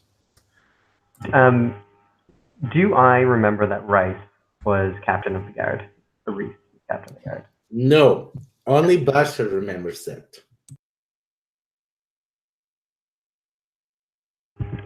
I say, look, guys, I think it's, I know we wanted to storm this castle. I know we want to take down the queen. I'm still all about that, but maybe not the best idea to have the peasants massacring, the clockwork automata guards that are working for this place. Anyone want to try and stop that? I think yes, that's a wise idea. Yeah, let's kick those guys out of here. Okay. I, for reasons of my own, join you. And do we go back and try and shout at the undead peasants, the now focused on storming the castle peasants, and try and convince them to go back to their field? I think Basher would just sort of pull their weapons away from them and try and push them down the stairs, sort of thing.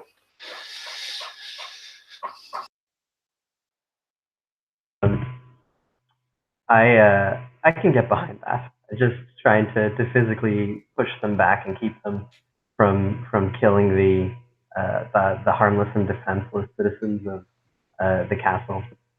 Yeah, I think maybe we can get them behind a door and then lock that door. but it's not that hard, actually. That'd be perfect. You just go back to the first floor, and you feel like they obey when you order them around. Do they obey me or do they obey Basher? This could be important. They obey you. Oh, nice. I tell them go back to your field. Well, I tell them. Yeah, I guess I tell them go back to your field. I feel they were obeying me, really, but... Well, one thing is certain, more misty blue essence is leaving your bodies. Do I notice any memories going with them? Not yet. I think that we put ourselves in tremendous danger by dawdling here. I think that we need to address this problem with the Queen as quickly as we can. It may be that the building itself is the curse, or it could be that she is responsible, but one way or another, she cannot continue to rule. Well, we need to find the Queen first, right? I guess Basher and I quickly return, and I continue to guide them to the throne room. You make your way to the third floor, which is by itself, it's pretty much a massive throne room. And you can see moldy, whole-field tapestries depicting forgotten history dangling, and you see a tiny figure in a massive throne. It's just a skeleton wearing a very thick ermine and purple silk robe, wearing a lopsided iron crown and yielding an enormous golden and ruby encrusted scepter. And it speaks with a voice that seems to echo not from the skeleton but from the throne room itself. Come forward, my subjects, and let me bless you by listening to your petitions.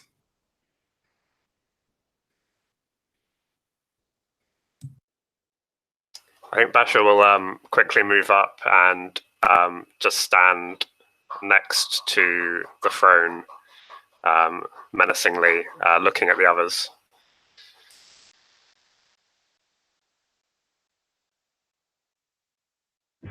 I walk forward, and as I approach the throne, I kneel and I tell the Queen about some sort of threat. There's a horror on the horizon, and she needs to lead the army of Castle Oblivion in defense of the kingdom, or the queendom. Yes, go ahead, march in my name and destroy my enemies. In fact, I have an utmost mission of the most importance for you. Go on, Your Highness. I have currently learned about the true weakness and purpose of those nefarious Hol'Jethariae that seek to undermine my rulership. Those heretics, they have a child ruler, an infant trapped in crystal. I have sent other knights to capture it, but I think they have delayed too much. Go on and bring me that child. Your Highness, do you know who I am? You are my loyal subject, as is everyone. What's my name? A queen does not bother about such things. You seem to forget yourself. It's only normal.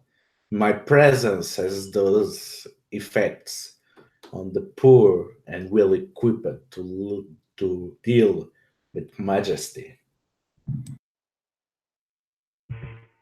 So Saint Ben is covered in tattoos that might be more distinct and recognizable than an ordinary skeleton would be.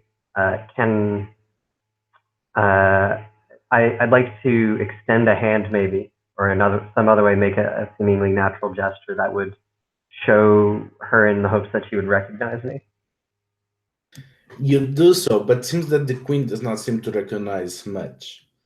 She is not even recognizing Bashir as the captain of the guard, and clearly Bashir is the captain of the guard.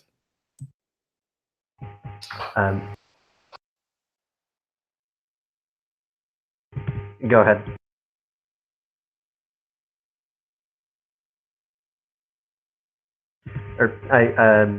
Maybe the last thing I say is that, Your Highness, I bring good news. The Crystal Prince has been killed. Finally, it is time. Call the Seraph. I nudge Reese. This time, we must call the Seraph and free her from her torture, now that I have no need of her. Go, find the Tower of Doom, the moment of distraction, and the Seraph shall be nearby. Bring them to me so that I might release them of their curse.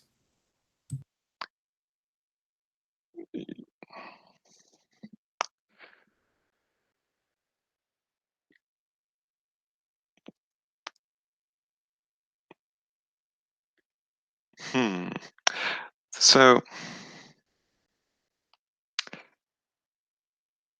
I guess the first thing, at least I want Reese to perhaps consider before responding, is with his wealth of religious knowledge, can he remember anything about a seraph?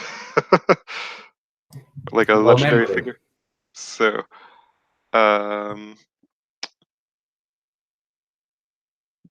because I want to try to manipulate the situation, but let's see. That is a 6. You remember the hero of Trevor. She was a mighty hero, maybe the first paladin, and she felt protecting this world in ages before, but because there was no other hero like her, they built an artificial body for her. And this gigantic angelic figure, she was reborn within, and her soul is now trapped there. And while she fought to protect Lastlife, if she's still here, she is stuck on the dead world, and her body is trapped on a mechanical and divine engine of distraction. And you can only imagine what she must be going through. And you get a shield on your spine because you realize why you remember that. Because you get a memory of you traveling to a pitch black tower and a divine figure leading a host of angels coming to meet you, and you pleading her to help you protect the crystalline ruler. You realize that the Hol'Jethariae sought the support of the Seraph of Trevor for protection of their child ruler, and you were the one making this petition. Not only that, apparently the old queen plans to destroy the Seraph of Trevor by freeing her from her cursed existence.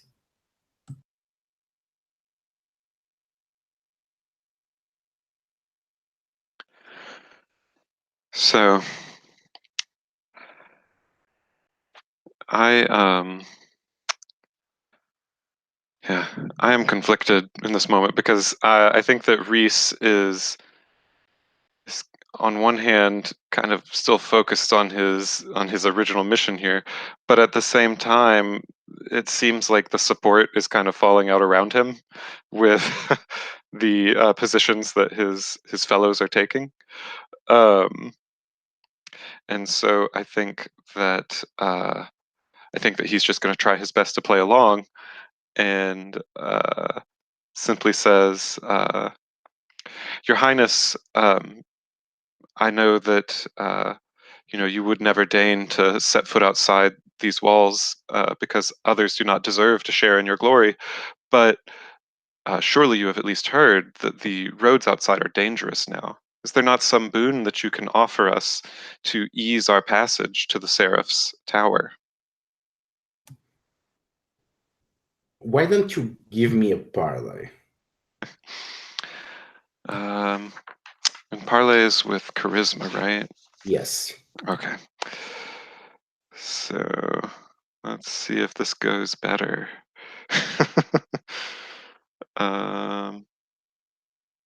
10. So, what are you precisely asking? For some sort of boon to help us reach the Seraph's tower.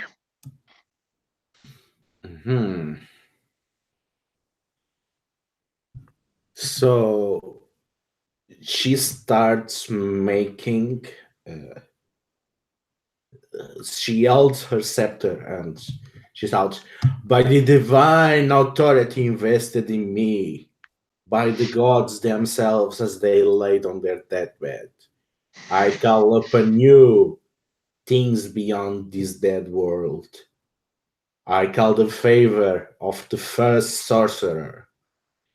And you can see a ghostly figure, this woman, this strange woman, to get the feeling that, well, you, Saint Min, you get the feeling that you saw it. You recognize those hairs, except that instead of ghostly, they were red. And she was bowing in front of your brother. And this ghostly figure comes and seems to descend upon the skeleton of the queen. And there is a rift in reality, and a worse skeleton covered in whittling snakes comes forth. Ride this steed. It knows where the seraph is, and nothing will stand between you and them. It will serve this purpose. Then the ghost leaves the body of the old queen, and before it vanishes, you can see she's winking at Saint Bean and pets his dog.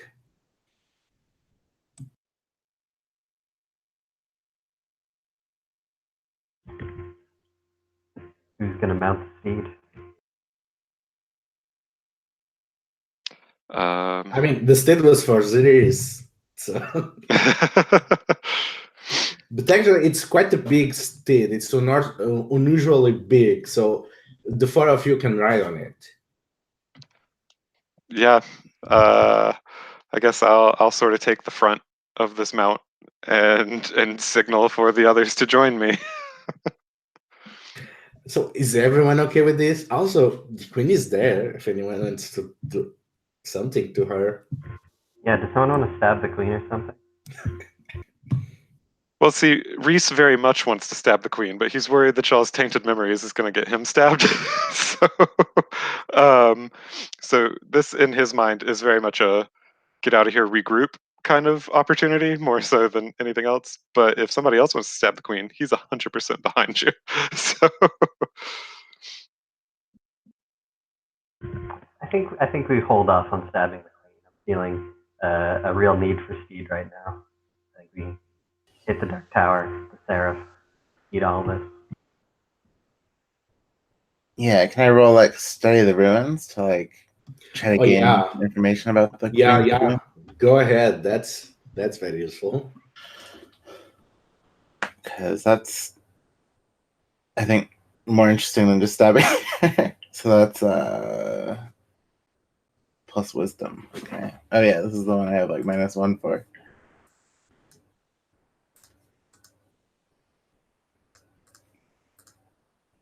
I got a 9. Oh wait, no, that's a 6. Oh shit. Okay, mark XP. So as you are studying the queen, you get this feeling of unspeakable dread when you look at her scepter. You can feel the darkness within, and you can feel the massive power within. And just from looking at it, you get a massive headache. And you feel once again, the more you look at the scepter, you can feel your memories vanishing, and you can see the scepter and the dark power of the queen, the massive darkness within is feeding on your memories.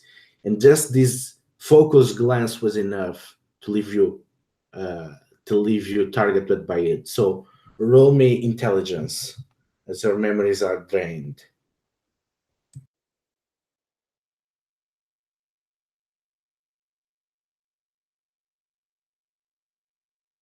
This time I got an 8.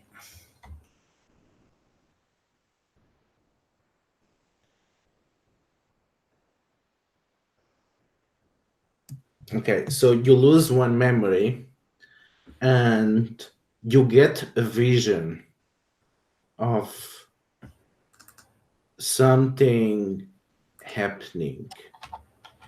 You see the sun outside and it's darkening, and you see yourself crawling in the ground, trying to reach to the window, and you see an enormous pillar of darkness descending from the sky and stabbing the ground, and this darkness spreads everywhere and everything dies, and all that is left is a single tower of pure darkness. And as you die and your crown rolls in through the floor, you can see a feminine hand grabbing it and moving towards the throne. And then you are back at the present.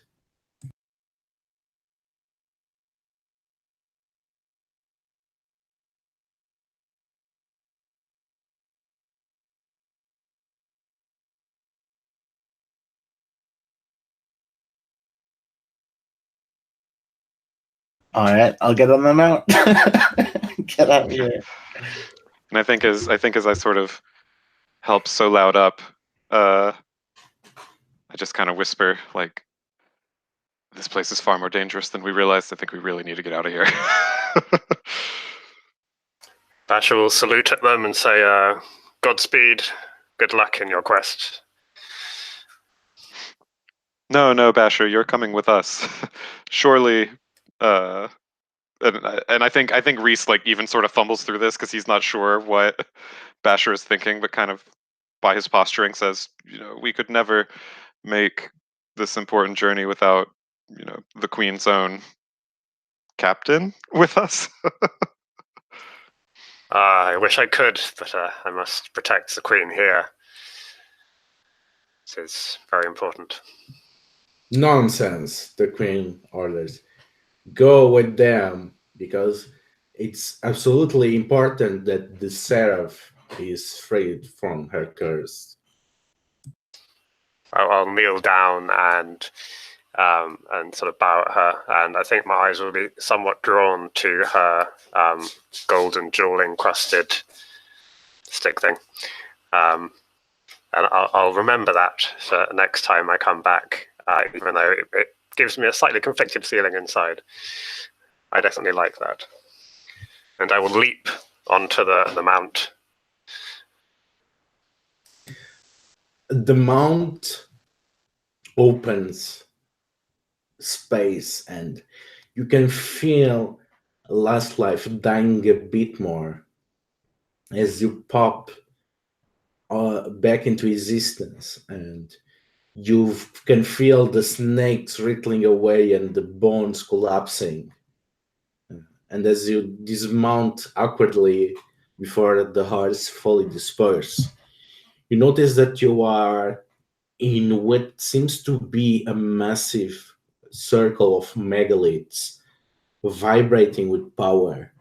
And in the middle of these megaliths is a massive tower of infra-dark, covered by purple, orange, scorched earth. There are no ornaments. It's a quite simple thing, and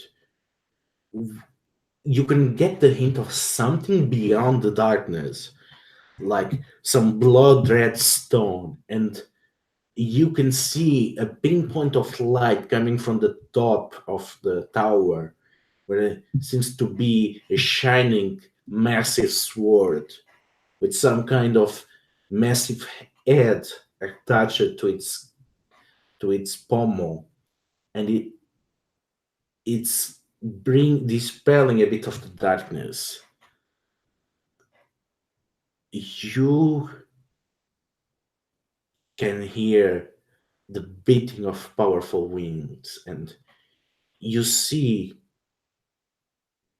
a bright point, a falling star, and you see a massive 16 feet woman with her body is made of marble and steel. Her 6 arms are yielding swords of fire, and her wings are made of hot hair and angel feathers. And she's rushing towards you. She's going to fall upon you like a comet and attack you. And I think this is where we end up. With you witnessing the memory of Doom and the Seraph of Trevor. Okay, so let's do the end of sessions moves. Okay, so which of you fulfilled your drives? I think I did. I at least temporarily freed someone from the mill. Yeah, that's true. I think I definitely discovered something about the fall, about a Master of the Fall. A lot of stuff about the fall, yes. Right.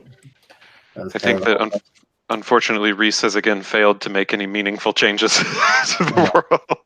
That word "meaningful" is really trapping me in this, I think, but that's okay. I like that he is having a hard time with that. Yeah, I think Basher again completely failed to gain any sort of power, and in fact is just becoming, losing memories as he goes, pretty much. Okay, did any of the bonds was resolved?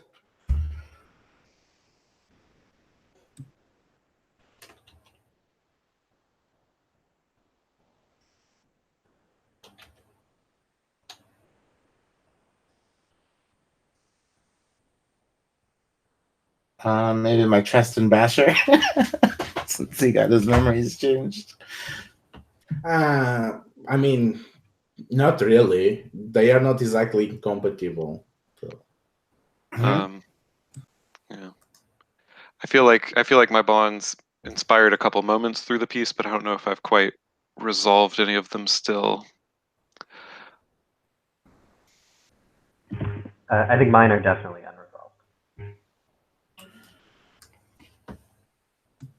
Okay, so did we destroy something corrupt and dangerous? The mount died, so... And set the people free, too. Also, The people are back there again. Mm-hmm. And the mount, you also created it in the first place. So maybe not today, but since tomorrow you're gonna destroy a lot of things. Yeah. Did we liberate or create a powerful or useful treasure? Now this one, I think you did. Because you got a bit of ambrosia in the beginning. You got the support of the Hol'Jethariae, and you also learned a lot about the potential of the castle and also the Dark Scepter. And honestly, the Sword of the Gods is right there. You just need to get up there and deal with the Seraph, but yeah, it's there. Did we learn something important about the world before the fall? Yes. Now, did you take a step towards building a new world in the ruins? I think. Oh, I'm sorry. Go ahead. Our decision to preserve the guards of Castle Oblivion to keep that infrastructure present, maybe. Yeah, I'd been kind of like my target for meaningful change was eliminating the old queen today, and so not doing that, I feel like I also did not really do anything to build a new world. I have ideas of how, again, but still have not actually done that. I mean, the thing is, did you take a step? And I think you can say without any ambiguity that you are closer. You did not even know that this tower existed. Now you are literally at its feet. So you're taking the steps. So I think everyone marks XP. Oh, awesome. Okay. Now let's do some quick wishes and stars. So wish, well, I went to see how the whole thing with the Seraph plays out, because it's probably the first real fight that we have, other than the whole thing on the Nursery of the Gods. And I kind of went to see how all this messing of the castle with the memories, which your characters will internalize as true and which not. Those are my wishes. Yeah, I think Basher definitely wants to hit something, so he is looking forward to that. I think one of my main wishes is just for like Reese. I think Reese's whole thing is kind of trying to embody this hope and faith, even in the kind of senselessness of in the stagnation of last life. And so I kind of either want him to achieve, like I wish that he will achieve something specific and concrete toward his goal, or I want him to experience such a crushing defeat that he has to acknowledge the world's hopelessness. Like I want him to do one of those two, I think. I think I either think Ben wants to figure out what his path with Reese is, or attempt to claim the throne. Yeah, I think Solad wants to actually have authority instead of just ordering people around, right? So this queen is like a good example of that. How to usurp some sort of power like that.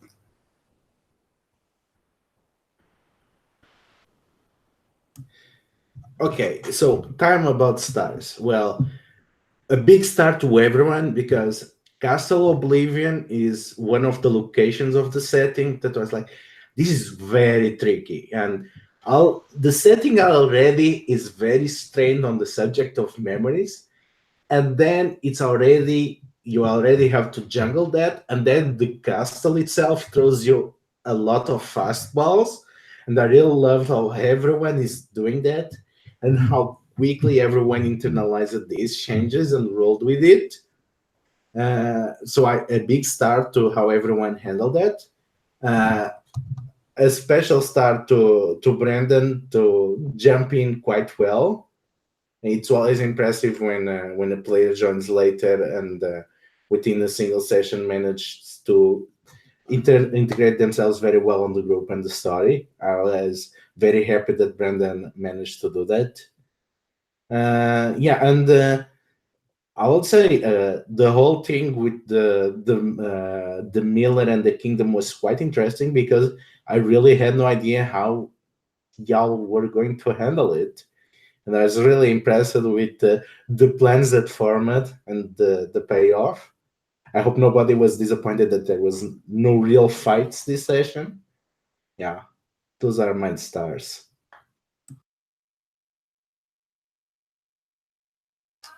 I'd agree. I think Brendan did a really good job of sort of becoming part of the group. It's kind of the character feels like it makes sense as though it was like there from the beginning. So that's really good.